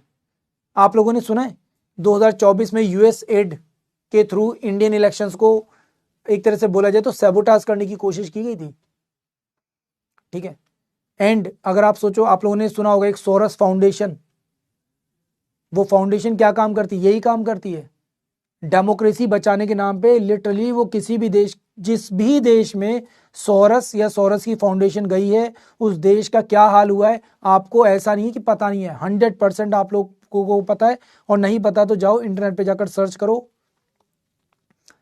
The impact of Soros foundation funds in different countries. आपको लिटरली एहसास हो जाएगा कितने देशों की गवर्नमेंट्स को बर्बाद करके उस आदमी ने पैसा कमाया है, उसकी फाउंडेशन ने पैसा कमाया है। जैसी उस जगह की शेयर मार्केट नीचे गिरती थी, कुछ भी होता था, सडनली वो लोग पैसा कमा लेते थे। एंड ये चीज एक जगह नहीं कई जगह पर देखने को मिली है। आप लोगों ने सुना होगा ना, एक अडानी के अगेंस्ट एक वो आया था, क्या बोलते हैं उसे, हिंडनबर्ग रिपोर्ट।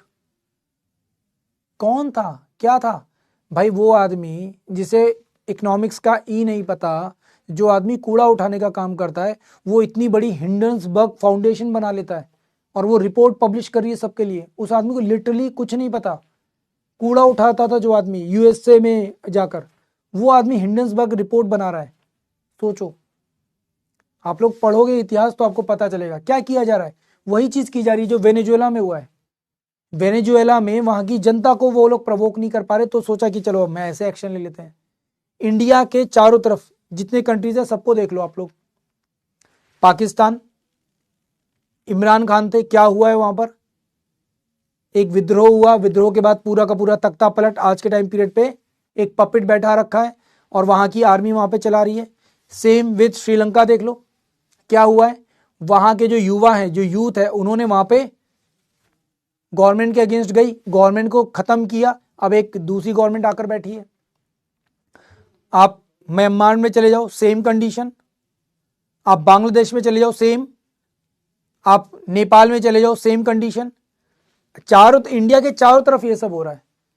तो डेफिनेटली इंडिया में भी इस चीज को पुश किया जा रहा है। एंड कई लोग तो बोल भी रहे हैं कि इंडिया का जनजी कब जागेगा, इंडिया के जनजी को करना चाहिए। होगा क्या इससे? बांग्लादेश को ये सब करे हुए, ये सारा का सारा जो हुआ था ड्रामा, इसके बाद बांग्लादेश में क्या इंपैक्ट पड़ा? क्या वहां की इकोनॉमी काम कर रही है? क्या वहां पे सरकार काम कर रही है? क्या वहां के लोग सेफ हैं? क्या वहां पे इन्वेस्टमेंट आ रही है? कुछ भी नहीं आ रहा। नेपाल में सब कुछ हुआ था, क्या नेपाल में आज के टाइम पीरियड पे इन्वेस्टमेंट आ रही है?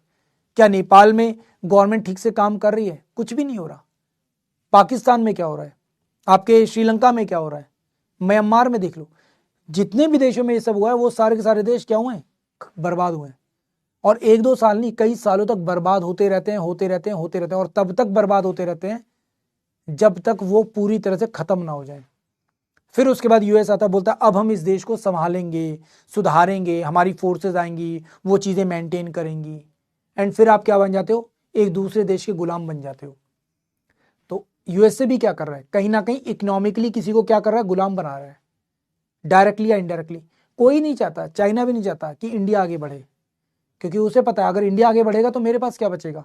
यूएस से भी नहीं चाहता कि इंडिया इतना पावरफुल बन जाए। तो आप लोगों को बहुत सोच समझ के कदम लेना चाहिए। आप गवर्नमेंट को क्रिटिसाइज करो, बट गवर्नमेंट को क्रिटिसाइज करते करते आप देश के अगेंस्ट मत खड़े हो जाना, इस चीज का ध्यान रखना। समटाइम्स हम लोग ये भूल जाते हैं, एक बारीक सी ना लाइन है, एक बारीक सी बहुत पतली सी लाइन है गवर्नमेंट को क्रिटिसाइज करने में और देश के अगेंस्ट होने में, बहुत ही माइनर सी लाइन है। हम उस माइनर सी लाइन को पहचान नहीं पाते। इसीलिए आप लोग देखते होंगे कि इंडिया में ऑपरेशन सिंदूर हुआ तो हम लोग अपनी ही गवर्नमेंट के अगेंस्ट, अपनी ही आर्मी के अगेंस्ट, अपने ही देश के अगेंस्ट बोल रहे हैं। कई सारे जर्नलिस्ट, कई सारे लोग बोल रहे हैं। तो ये चीज आपको यहां पे समझ में आती है। हमारी कंडीशन वेनेजुएला जैसी ना हो जाए, इस चीज का ध्यान रखना आप लोग। वेल, नेक्स्ट आता है first advance estimate of GDP. अब ये एडवांस एस्टिमेट ऑफ जीडीपी निकाला क्यों गया है? ताकि हम लोग एक प्रोजेक्टेड डिफाइन कर सके, भाई हमारा इतना जीडीपी आ रहा है, अभी कितना और पुश कर सकते हैं और क्या नया किया जा सकता है। ठीक है, तो एक प्रोजेक्टेड क्या था? जीडीपी था हमारा। ठीक है, रियल जीडीपी ग्रोथ कितनी बताई जा रही है 2025-26 में? 7.4। ठीक है, प्रीवियस ईयर में क्या था? 6.5 था। तो एक तरह से देखा जाए तो अच्छा ही हुआ है। ठीक है, नॉमिनल जीडीपी ग्रोथ कितनी है? 8% के आसपास है। कितनी है? 8% के आसपास है। ठीक है, and the lowest of the in 5 year, 5 सालों में सबसे लोएस्ट दिख रही है। फिर nominal GDP in rupee term कितनी? 357 लाख करोड़, मतलब 3.97 ट्रिलियन, है ना। जबकि अगर नॉर्मल जीडीपी की तरह, नॉमिनल की जगह नॉर्मल जीडीपी की तरह से देखते हैं तो हमें क्या पता चलता है? ये 4.28 4.38 ट्रिलियन तक जाती है। ठीक है, तो क्यों? क्योंकि कुछ चीजें, कुछ डेप्रिसिएशंस, कुछ इनडायरेक्ट टैक्सेस, ठीक है, कुछ आपके क्या बोलते हैं net factor income from abroad, ये सब क्या हो जाते हैं? हटते हैं उसमें से, इस वजह से। फिर क्या हो रहा है यहाँ पे? मैन्युफैक्चरिंग सेक्टर पे क्या फर्क पड़ा है? ठीक है, कितनी ग्रोथ दिखी है? अब आपको ये सारे चीजें याद नहीं करनी। एग्रीकल्चर सेक्टर पे कितना इंपैक्ट पड़ा है? ठीक है, माइनिंग रीजन पे क्या इंपैक्ट पड़ा है? ठीक है, जो हमारा ट्रेजरी सर्विस सेक्टर है उस पर क्या इंपैक्ट पड़ा है? ठीक है, तो कुछ सेक्टर इंक्रीज हुए, कुछ सेक्टर डिक्रीज हुए। अब जैसे अगर हम लोग बात करें एग्रीकल्चर, तो एग्रीकल्चर में क्या हुआ है? थोड़ा स्लो डाउन देखने को मिला है। अब आपको सर स्लो डाउन क्यों देखने को मिला है? स्लो डाउन के पीछे बहुत सारे रीजन हो सकते हैं। अब कोई ये मत समझ लेना सर स्लो डाउन है इसका मतलब एग्रीकल्चर पे ध्यान नहीं दे रही। नहीं, गवर्नमेंट ध्यान दे रही है, पर इसके पीछे बहुत सारे रीजन हो सकते हैं। जैसे कभी आंधी तूफान, कभी कुछ हो गया, कभी कोई फेमाइन आ गया, कुछ भी ऐसी चीज होती है तो उसका क्या होता है? एक नेगेटिव इंपैक्ट देखने को मिलता है। ठीक है, दूसरा एग्रीकल्चर से इनकम कितनी जनरेट हुई ये भी मैटर करता है।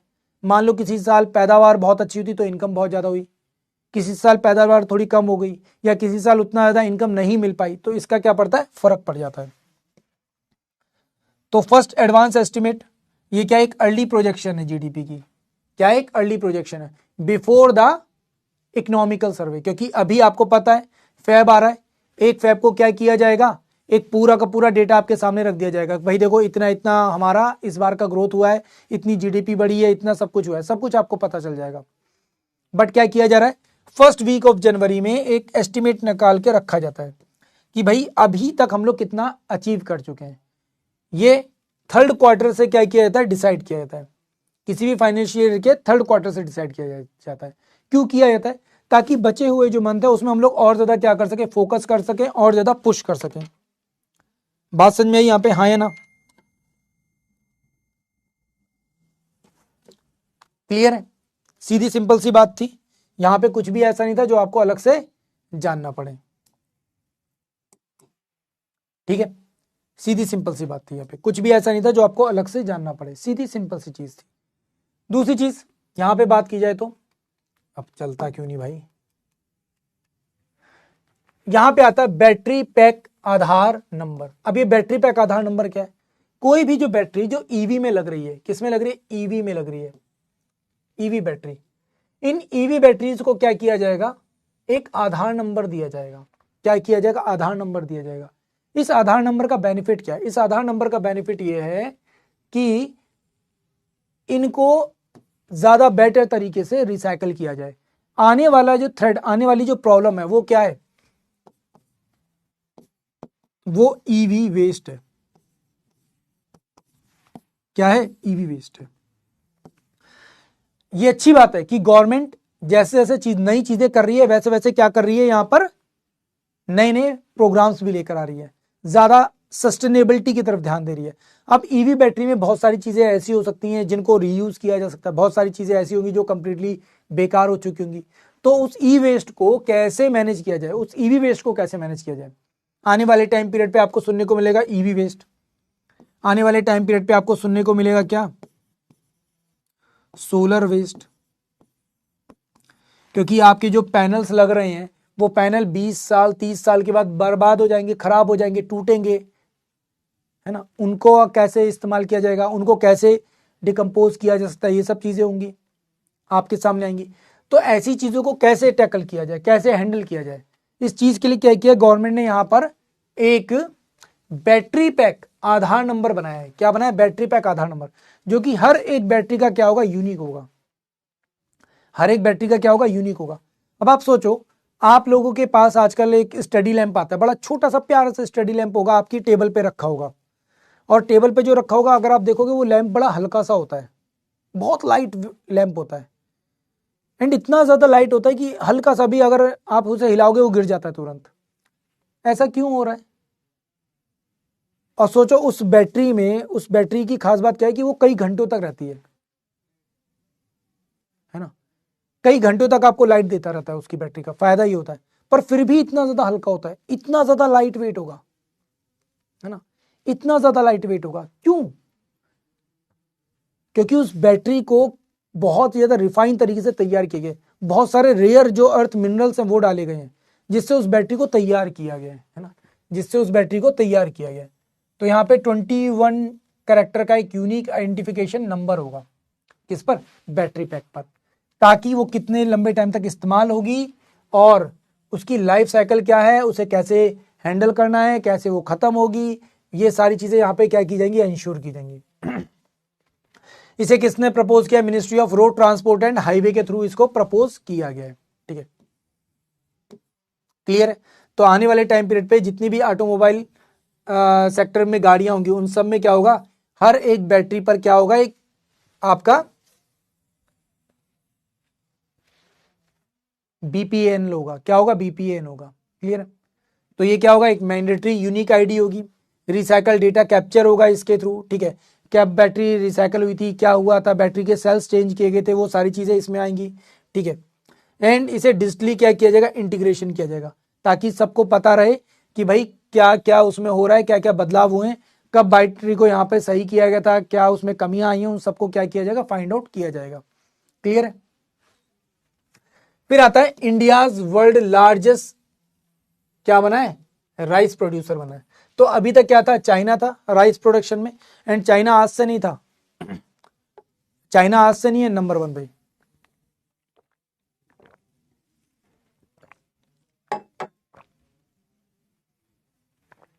ये कई डिकेट से नंबर 1 पर है, चाइना कई डिकेट से नंबर 1 पर है। ठीक है, कई दशकों से नंबर 1 पर है। फाइनली इंडिया ने क्या किया, राइस प्रोडक्शन में अपना इंक्रीज किया। क्या किया, राइस प्रोडक्शन अपना इंक्रीज किया। अब आप कहोगे सर बात तो आपकी सही है, राइस प्रोडक्शन, अब देखो कितनी अजीब सी बात है, यहां पे पता चल राइस प्रोडक्शन इंक्रीज हुआ है, चाइना को पीछे कर दिया है, एंड वहीं पर आप पढ़ रहे हो यहां पर क्या, कि एग्रीकल्चर में स्लो डाउन देखने को मिला है पिछले साल के कंपैरिजन में। तो इसका मतलब चीजें क्या कर रही है, यहाँ पे अप एंड डाउन चल रही हैं, कुछ चीजें काम कर रही, कुछ चीजें काम नहीं कर रही। तो गवर्नमेंट भी यहाँ पे क्या कर रही, नई नई चीजों को पुश कर रही है। तो ऐसा मत सोचना कि हमेशा ही नीचे जा रहा है, हमेशा नीचे नहीं रहता। और चाइना में कितना है, 145.28 मिलियन टन्स। ठीक है, तो ये चीज आपको यहाँ पे पता चल जाती है। अब यहाँ पे कुछ भी ऐसा जानना है जो आपको अलग से जानना पड़े, नहीं। किसके बारे में बात हो रही है, राइस की एक वैरायटी है जिसका नाम है DRR राइस 100, जिसको पूषा राइस। ठीक है, कौन सा, पूषा राइस। इन दो के बारे में यहाँ पर क्या हो रही है, बात हो रही है। अब ये क्या है, अपने आप में एक रेवोल्यूशनरी चेंज है, हाई प्रोडक्शन को दिखाता है, क्लाइमेट एडेप्टेबिलिटी को दिखाता है, वाटर कंजर्वेशन, इन सब को क्या करता है यहाँ पर बताने का काम करता है। ठीक है, one of the most important crops में से एक है इंडिया की, और ये क्या है, खरीफ क्रॉप है, जो कि समर सीजन में लगाई जाती है। समर में नहीं, एक्चुअल में ये मानसून में लगाई जाती है। कब लगाई जाती है, मानसून में।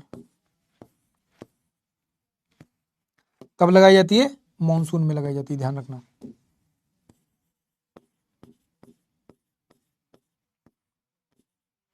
कब लगाई जाती है? मॉनसून सीजन में लगाई जाती है। फिर आता है सोमनाथ, ठीक है, संविधान वर्ष। अब सोमनाथ को क्या 1000 वर्ष पूरे हुए फर्स्ट अटैक से, कितने 1000 वर्ष पूरे हुए, ठीक है। 1026 में इसके ऊपर अटैक किया गया था, ठीक है। कब किया गया था? 1026 में। किसके द्वारा? गजनी के द्वारा किया गया था। किसके द्वारा? गजनी के द्वारा किया गया था। जिस टाइम पीरियड में इसने क्या किया था? सोमनाथ के मंदिर को तोड़ा था, ठीक है, एंड वहां के जो शिवलिंग था उसको भी तोड़ा था। तो एक ज्योतिर्लिंग में से एक है, जो कि आपको यहां पे पता होना चाहिए। क्या है? ज्योतिर्लिंग में से एक है ना? क्लियर है? हमारी सिविलाइजेशन की क्या है, एक बहुत बड़ी पहचान है। अगर आप देखोगे तो सोमनाथ टेम्पल का सबसे पहले रिकंस्ट्रक्शन या रेनोवेशन की जो इंफॉर्मेशन मिलती है वो हमें 649 एडी के आसपास मिलती है। 649 एडी के आसपास, है ना? कब मिलती है? सबसे पहला रिकंस्ट्रक्शन 649 एडी में मिलता है।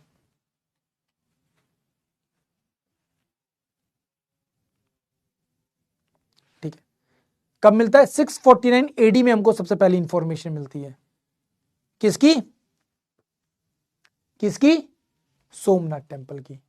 फिर उसके बाद लगातार इस पर क्या हुआ है? काम हुआ है। लगातार यहां पे चीजें देखने को मिली हैं।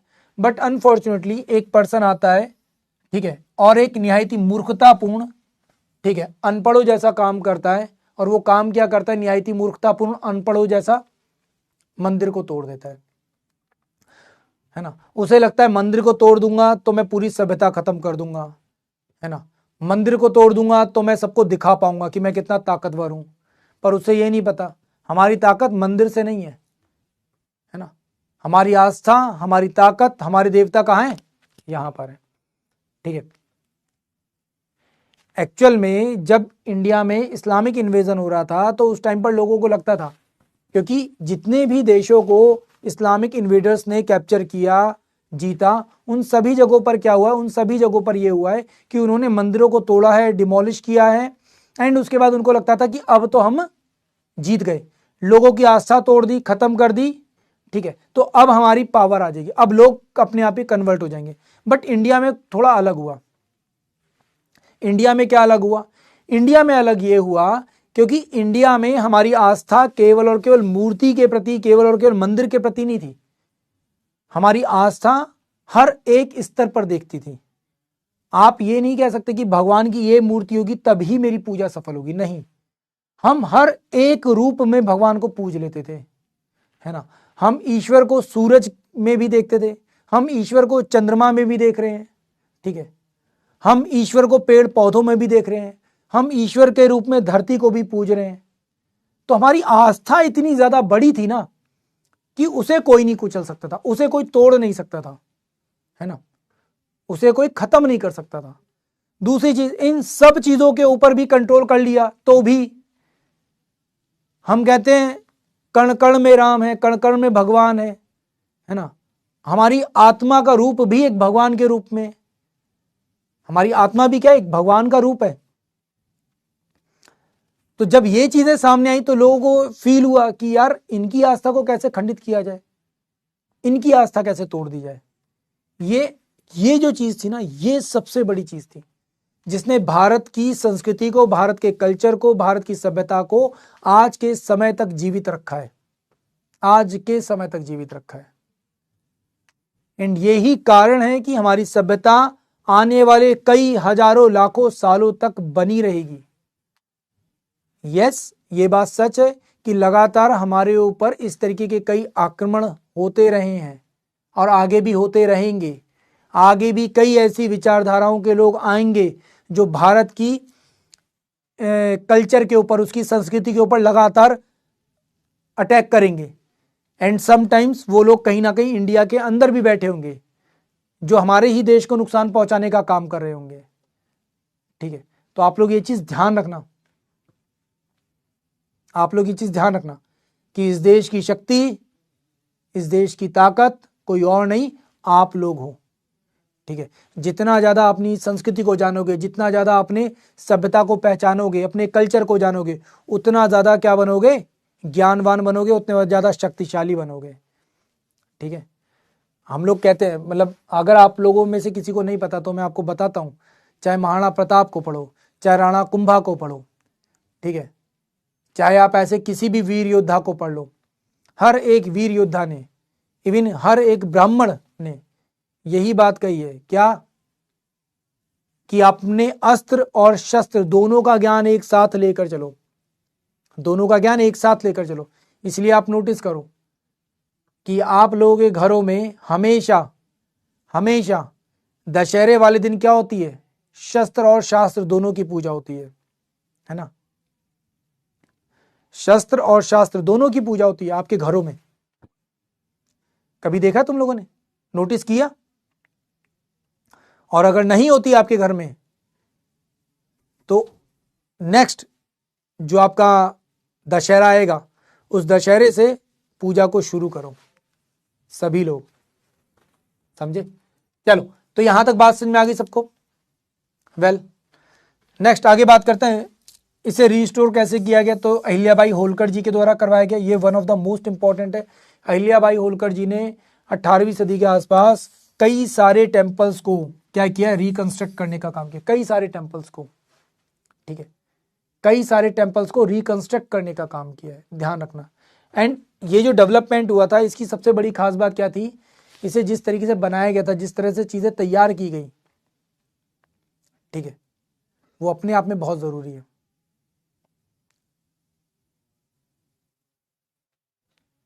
अरे शास्त्र, अस्त्र और शास्त्र, अस्त्र और शास्त्र, शास्त्र मतलब पुस्तकें, किताबें, ज्ञान,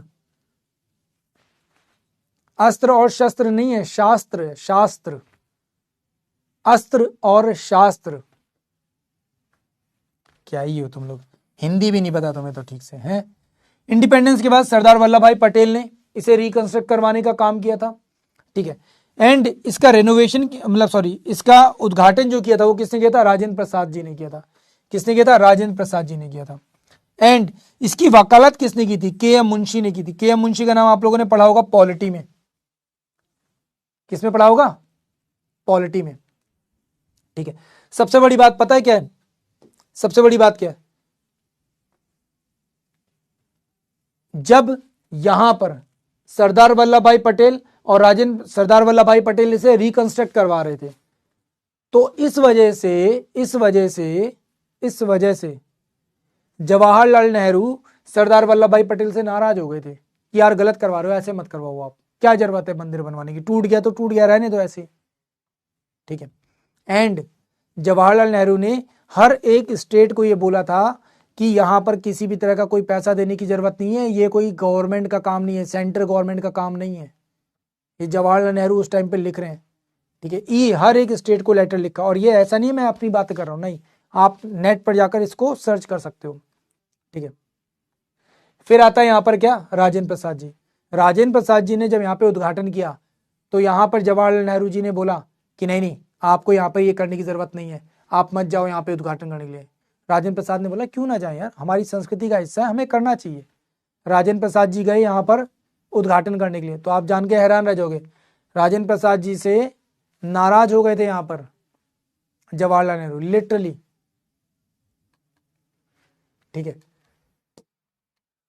फिर आगे चलते हैं, क्या आता है यहाँ पे, पिपलावर रिलिक्स। ये one of the most important है।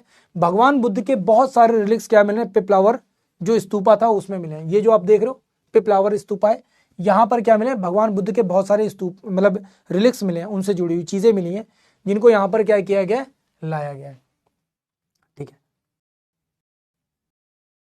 और इसे टाइटल क्या दिया गया, द लाइट एंड द, ठीक है, the relics of awaken one, ठीक है। कहां पर, न्यू दिल्ली में, ध्यान रखिएगा, कहां पे, न्यू दिल्ली में इसे प्रेजेंट किया गया है, और ये बहुत ज्यादा इंपॉर्टेंट है, ठीक है। क्या हुए, इंडिया वापस आए।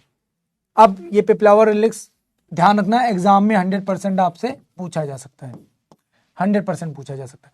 कब डिस्कवर किए गए थे 1989 में किए गए थे, ठीक है, एक सिविल इंजीनियर विलियम क्लट्सली के द्वारा, ठीक है। कहां पर, उत्तर प्रदेश में। कहां पर? उत्तर प्रदेश में। क्लियर है? और इसी को रिकॉग्नाइज किया गया कैसे? The ancient city of Kapilavastu के रूप में, ठीक है, जो कि भगवान बुद्ध की बर्थ प्लेस थी। क्या थी? Birth place. ये पूरा का पूरा आर्टिकल है जो कि आप यहां पर पढ़ सकते हो, ठीक है, ये कंप्लीट आर्टिकल है। वेल, फिर यहां पे आता माधव गाडगिल, ठीक है, कौन है? एक इकोलॉजिस्ट है जिन्होंने बहुत सारी इंडिया की इकोलॉजिकल साइट्स को प्रोटेक्ट करने का काम किया है, ठीक है, कंजर्वेशन का काम किया इन्होंने वेस्टर्न घाट के। रिसेंटली इनकी क्या हो गई? डेथ हो गई। इनकी क्या हुई है? डेथ हुई है। तो वेस्टर्न घाट को प्रोटेक्शन का काम इन्होंने किया था, ठीक है। इसके साथ साथ नीलगिरी को जो फर्स्ट बायोस्फीयर रिजर्व मिला था वो इन्हीं की वजह से मिला था। कब? 1986 में, ठीक है। जितने भी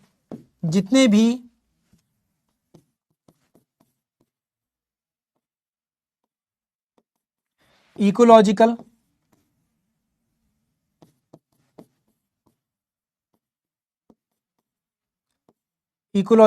एंड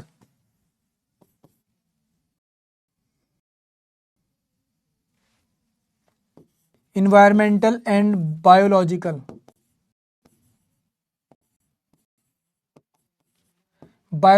एक्ट बने हैं। ये इकोलॉजिकल, इन्वायरमेंटल, बायोलॉजिकल एक्ट्स बने हैं, मतलब आर्टिकल्स बने हैं, लॉ बने हैं, वो सब के सब एक्चुअल में इनके द्वारा ही बनवाए गए हैं,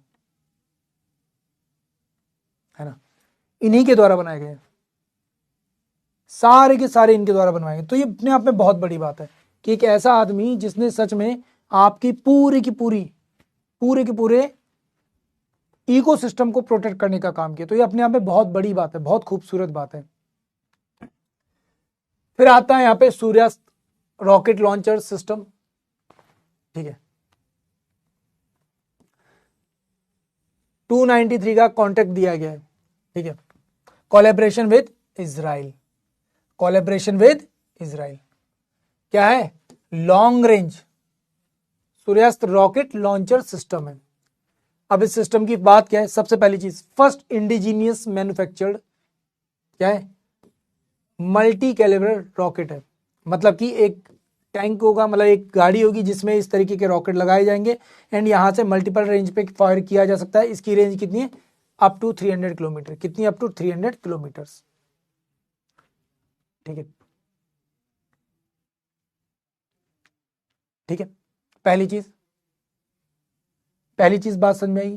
दूसरी चीज, एक इंटीग्रेटेड सिस्टम है जो मल्टीपल रॉकेट्स को यहां पे फायर कर सकता है, ठीक है, फ्लेक्सिबल है किसी भी तरीके के ऑपरेशंस में और सिनेरियोज में काम करने में, ठीक है, क्या है? काफी फ्लेक्सिबल काम कर सकता है, ठीक है। High precision and deep strike capabilities के साथ ये क्या कर सकता है? काम कर सकता है। मतलब काफी अच्छी क्या इसकी मारक क्षमता है। अब यहां पे आप लोग इसकी डिटेल पढ़ सकते हैं। ये मैंने एक शॉर्ट फॉर्म में यहां पे आपके सामने रख दी है, क्या क्या चीजें कर सकता है। सरफेस टू सरफेस है, ठीक है, 300 किलोमीटर। मैन्युफैक्चर कौन कर रहा है? National industrial business enterprises limited. Technology क्या है? इजराइल की टेक्नोलॉजी है और इंडिया में इसको क्या किया जाएगा? बनाया जाएगा। मतलब इंडिया को तो बेनिफिट हो गई होगा, इजराइल को भी हम लोग देंगे ये बनाकर, ठीक है। इसकी स्ट्राइक एक्सटेंड की जा सकती है, डेफिनेटली बिल्कुल की जा सकती है। डिपेंड करेगा किसके ऊपर? इसके पेलोड के ऊपर और कितने किस एरिया में कहां पर स्ट्राइक करनी है उसके हिसाब से। यूनिवर्सल लॉन्च कैपेसिटी है, मतलब किसी भी कंडीशन में कहीं से भी इसको फायर किया जा सकता है, ठीक है। हाई प्रिसीजन है तो एररलेस है काफी हद तक, ठीक है, ये भी चीज इंपॉर्टेंट है। ऑपरेशन फ्लेक्सिबिलिटी बहुत अच्छी है। 4x4 and 6x6 and 8x8 जो व्हीकल्स होते हैं उन व्हीकल्स पे इसको लेकर जा सकते हैं आराम से। मतलब किसी भी व्हीकल पे कहीं पर भी हम लोग लेकर जा सकते हैं, वहां से इसको लॉन्च कर सकते हैं।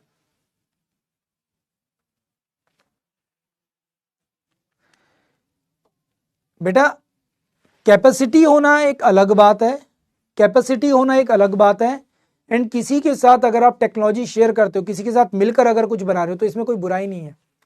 ये आप ही के फायदे के लिए है,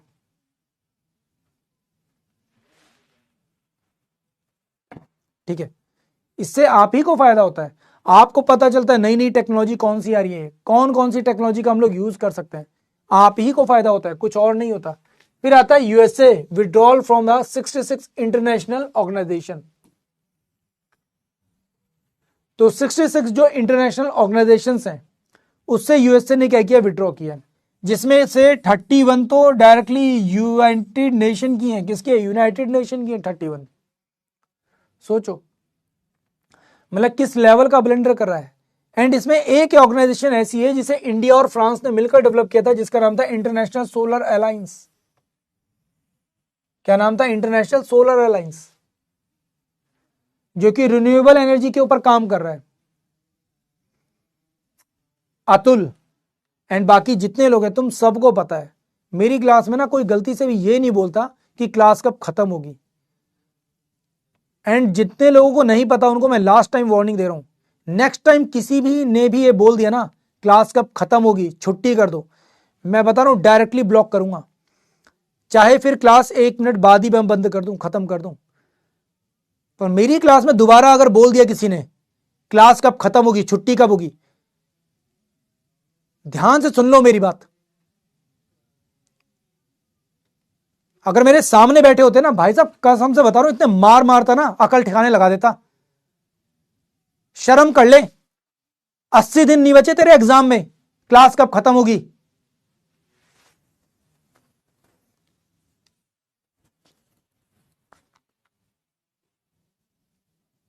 पढ़ाई करने के लिए आए हो, मजाक करने के लिए आए हो।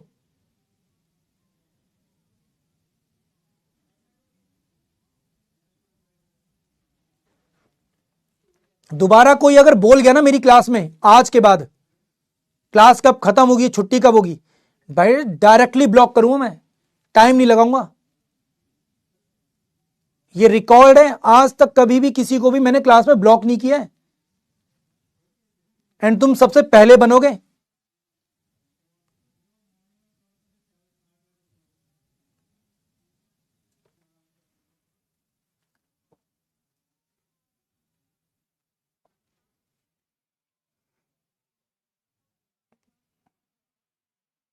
और मैं बहुत सीधी साफ बात बोलता हूं, तुझे इंटरेस्ट, जिसको इंटरेस्ट नहीं है ना वो मत पढ़ो क्लास में, जिसको इंटरेस्ट नहीं है वो मत पढ़ो क्लास में। 8 से 10 क्वेश्चन आएंगे, छोड़ दोगे तो कोई खास फर्क नहीं पड़ेगा। जिसे करना है छोड़ सकते हो, बहुत आराम से छोड़ दो। इकोनॉमिक्स के 2-3 क्वेश्चन आते हैं वो भी मत पढ़ो, पॉलिटी के भी 2-3 क्वेश्चन आते हैं वो भी मत पढ़ो, ठीक है, बायो की भी 2-3 क्वेश्चन आते हैं वो भी मत पढ़ो। ऐसे करते करते सब छोड़ देना, ठीक है। फिर बोलना सर हमारा सिलेक्शन क्यों नहीं हो पा रहा।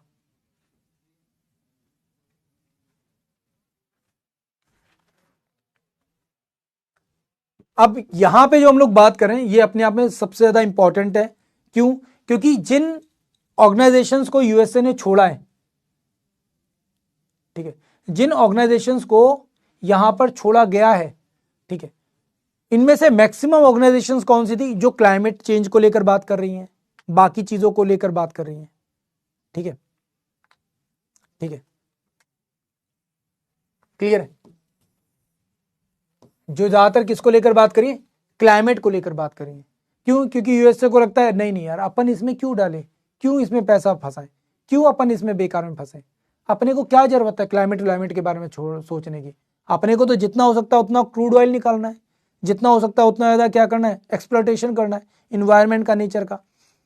अब यूएसए ऐसा कर क्यों रहा है, जैसे वेनेजुएला वाला केस हुआ, अभी रिसेंटली ग्रीनलैंड वाला हो रहा है, ठीक है, क्यों कर रहा है, क्योंकि यूएसए को पता है कुछ भी हो जाए आने वाले 50-60 सालों में इतना ज्यादा मैसिव डेवलपमेंट तो हो नहीं सकता, है ना, इतना मैसिव डेवलपमेंट तो हो नहीं सकता कि हम लोग अचानक से शिफ्ट कर जाएंगे ईवी पर, है ना। हमारे पास अभी ईवी व्हीकल भी ऐसे नहीं है ना। और ईवी के लिए जो इलेक्ट्रिसिटी बन रही है वो भी ज्यादातर किससे बन रही है, कोल से बन रही है। किससे बन रही है, कोल से बन रही है। आपने रिसेंटली नोटिस किया होगा गवर्नमेंट आज के टाइम पीरियड पे इंडियन गवर्नमेंट क्या कर रही है, न्यूक्लियर एनर्जी की तरफ मूव कर रही है। क्यों कर रही है न्यूक्लियर एनर्जी की तरफ, क्योंकि उनको पता है सबसे ज्यादा रिलायबल सोर्स यही है ना, सबसे ज्यादा रिलायबल सोर्स यही है, इसीलिए तो हम लोग कर रहे हैं उस साइड मूव। कोल की तरफ जो हमारी डिपेंडेंसी उसको खत्म करना चाहते हैं। बात समझ में। एंड अगर आप नोटिस करोगे लिटरली इसी तरीके के जितने भी, जैसे यूनाइटेड नेशन वुमेन्स, ठीक है, यूएनएफ जो पॉल्यूशन फंड है, ठीक है, यूएन चैट, यूएन हैबिटेट, इस तरीके की जितनी भी ऑर्गेनाइजेशन थी उन सबको इसने छोड़ दिया है, सबको छोड़ा है, ठीक है। इवन सबसे बड़ी बात क्या है, peace building with the protection of the children in conflict, इसको भी छोड़ा है। ये सबसे बड़ी बात है, ठीक है, सबसे बड़ी बात है। तो ये चीज क्यों की है, ताकि यूएसए इन सबसे बाहर आ जाएगा तो उसके ऊपर किसी तरह की लीगल टर्मिनोलॉजी या लीगल टर्म नहीं बढ़ेगा कि भाई आपको ये चीज फॉलो करनी पड़ेगी, ऐसा करना पड़ेगा, वैसा करना पड़ेगा। अब यहां पे आता है इंडिया का सबसे इंपॉर्टेंट PSLV C62, ठीक है। अब आप कहोगे सर ये है क्या, ये हमारा एक सैटेलाइट था। इस सैटेलाइट को इससे पहले भी हम लोगों ने लॉन्च करने की कोशिश की थी। कब? मई 2025 में। मई 2025 में भी ये मिशन फेल हो गया था। कहां पे? On his third stage. Same इस बार भी जो हमारा मिशन है वो क्या हुआ है? फेल हुआ है। किसमें? थर्ड स्टेज में। एंड जब यहां पर स्टेज में फेल हुआ था तभी लोगों ने बोला था कि इसके ऊपर क्या चाहिए, हमको एक डीप रिसर्च की जरूरत है। आखिर ऐसा क्या हुआ है कि ये फेल हो गया, है ना? ऐसा क्या रीजन है कि ये फेल हुआ? तो कई लोगों ने बोला कि डेफिनेटली यहां पर क्या हुआ है, सैबोटाज हुआ है। क्या हुआ है? सैबोटाज हुआ है। आप कहोगे सर सैबोटाज से क्या मतलब है? सैबोटाज से मतलब यह है कि यहां पर किसी ने क्या किया है, इंफॉर्मेशन लीक की है, कुछ ना कुछ ऐसा लूप होल ढूंढा है जिससे थर्ड स्टेज में जाते ही क्या हुआ है, क्रैश हुआ है। जबकि इससे पहले हम लोगों ने सेम PSLV यूज किया था जिसमें हम लोगों ने सबसे हैवीएस्ट सैटेलाइट्स को लॉन्च किया था।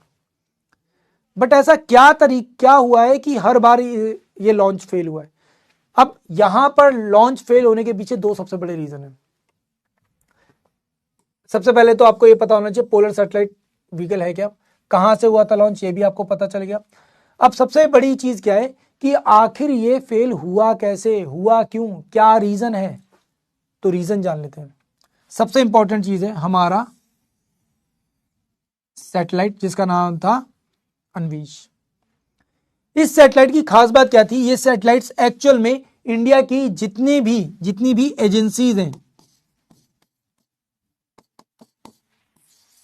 हमारी जितनी भी एजेंसीज हैं या इंटेलिजेंस एजेंसीज हैं, या फिर सीधे सीधे बोल दिया जाए हमारा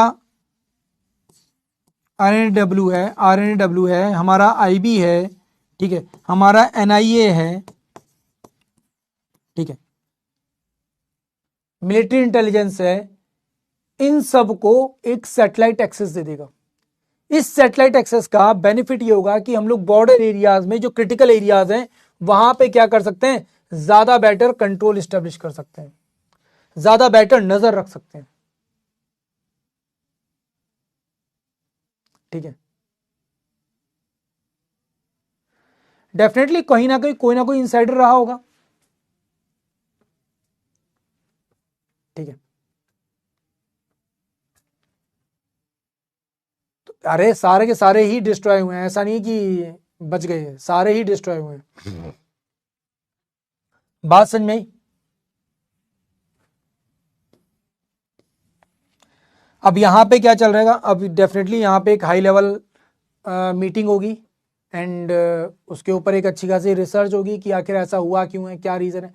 फिर आता है सुदर्शन चक्र इनिशिएटिव। तो जो हमारे डिफेंस मिनिस्टर है राजनाथ सिंह, इन्होंने DRDO के क्रिटिकल रोल को लेकर बात की एंड सुदर्शन चक्र इनिशिएटिव के बारे में बात की। आखिर ये सुदर्शन चक्र इनिशिएटिव है क्या, क्या करेगा? ये कॉम्प्रिहेंसिव एरियल प्रोटेक्शन देगा। एरियल मतलब हवा में, आसमान से कोई खतरा हमारे ऊपर ना आए।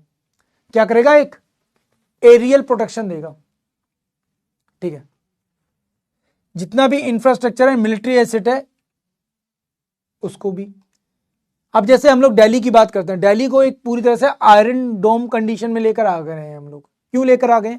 ताकि दिल्ली को कंप्लीटली प्रोटेक्ट किया जा सके। भाई राजधानी अगर खतरे में हो जाएगी तो उससे क्या होगा, बहुत नेगेटिव इंपैक्ट पड़ेगा। एंड रिसेंटली अभी बात भी चल रही थी कि क्या हमें एक और कैपिटल बनानी चाहिए इंडिया में।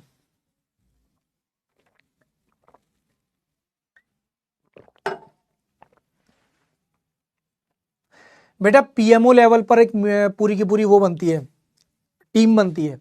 उस पीएमओ लेवल की जो टीम होती है उसमें फिर इंटेलिजेंस ब्यूरो के हर लेवल के लोग आकर जुड़ते हैं एंड वो इंटरनल पूरा फाइंड आउट करते हैं कहां पर कौन सी प्रॉब्लम है, कैसे किया गया है। आप में से कभी किसी ने सुना Chandigarh lobby? Anyone?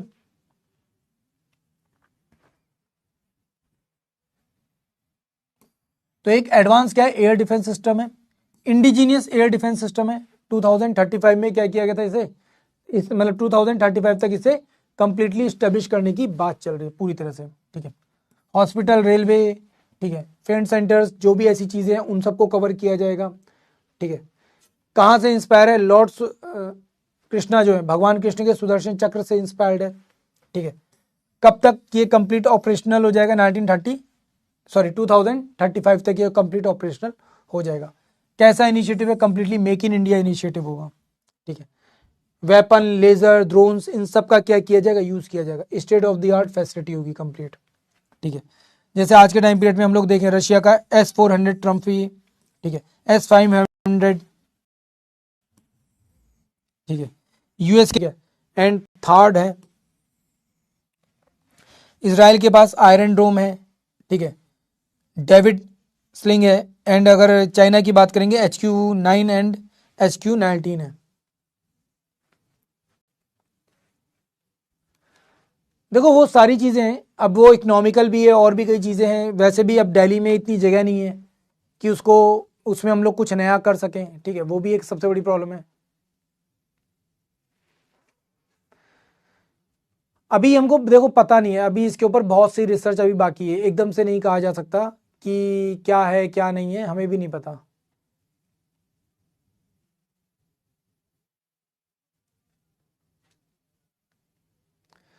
So it's all about the today's class, it's all about the today's class.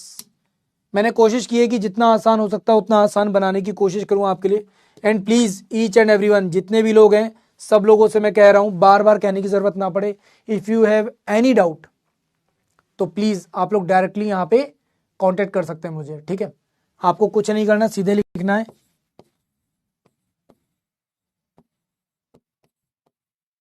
Lokesh Singh sir, मैं आपको डायरेक्टली मिल जाऊंगा। ठीक है, बाकी आप में से कई लोग टेलीग्राम पर कनेक्टेड है, ठीक है, चैनल पे भी कनेक्टेड है। प्लीज आप सब लोग यहाँ पे मैसेज कर देना। मैं डेली बेसिस पे न्यूज़पेपर भेज रहा हूँ। न्यूज़पेपर मिल रहा है सबको? हाँ भाई, न्यूज़पेपर मिल रहा है सबको?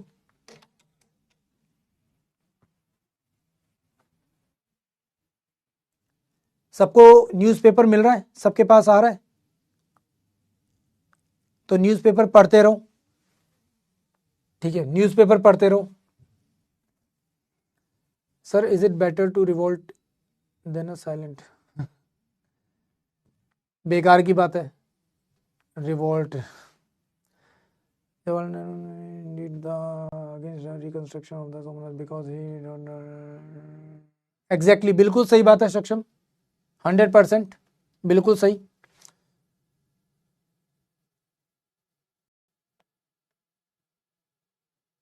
बेटा वो तो मैं सब बता चुका हूं, अब ऐसा कुछ उसमें है भी नहीं।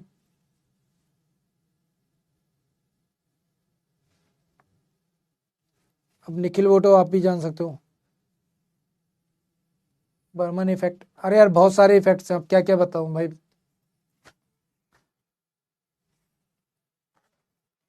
Second hand novel definitely. हाँ, ये जो सबमिट होगा ये बहुत इंपॉर्टेंट है, श्रेष्ठ ने जो लिखा है। वैसे मैं इस नेक्स्ट वीक का जो हम लोग करंट अफेयर पढ़ेंगे उसमें इसके बारे में हम लोग डिस्कशन। तो चलिए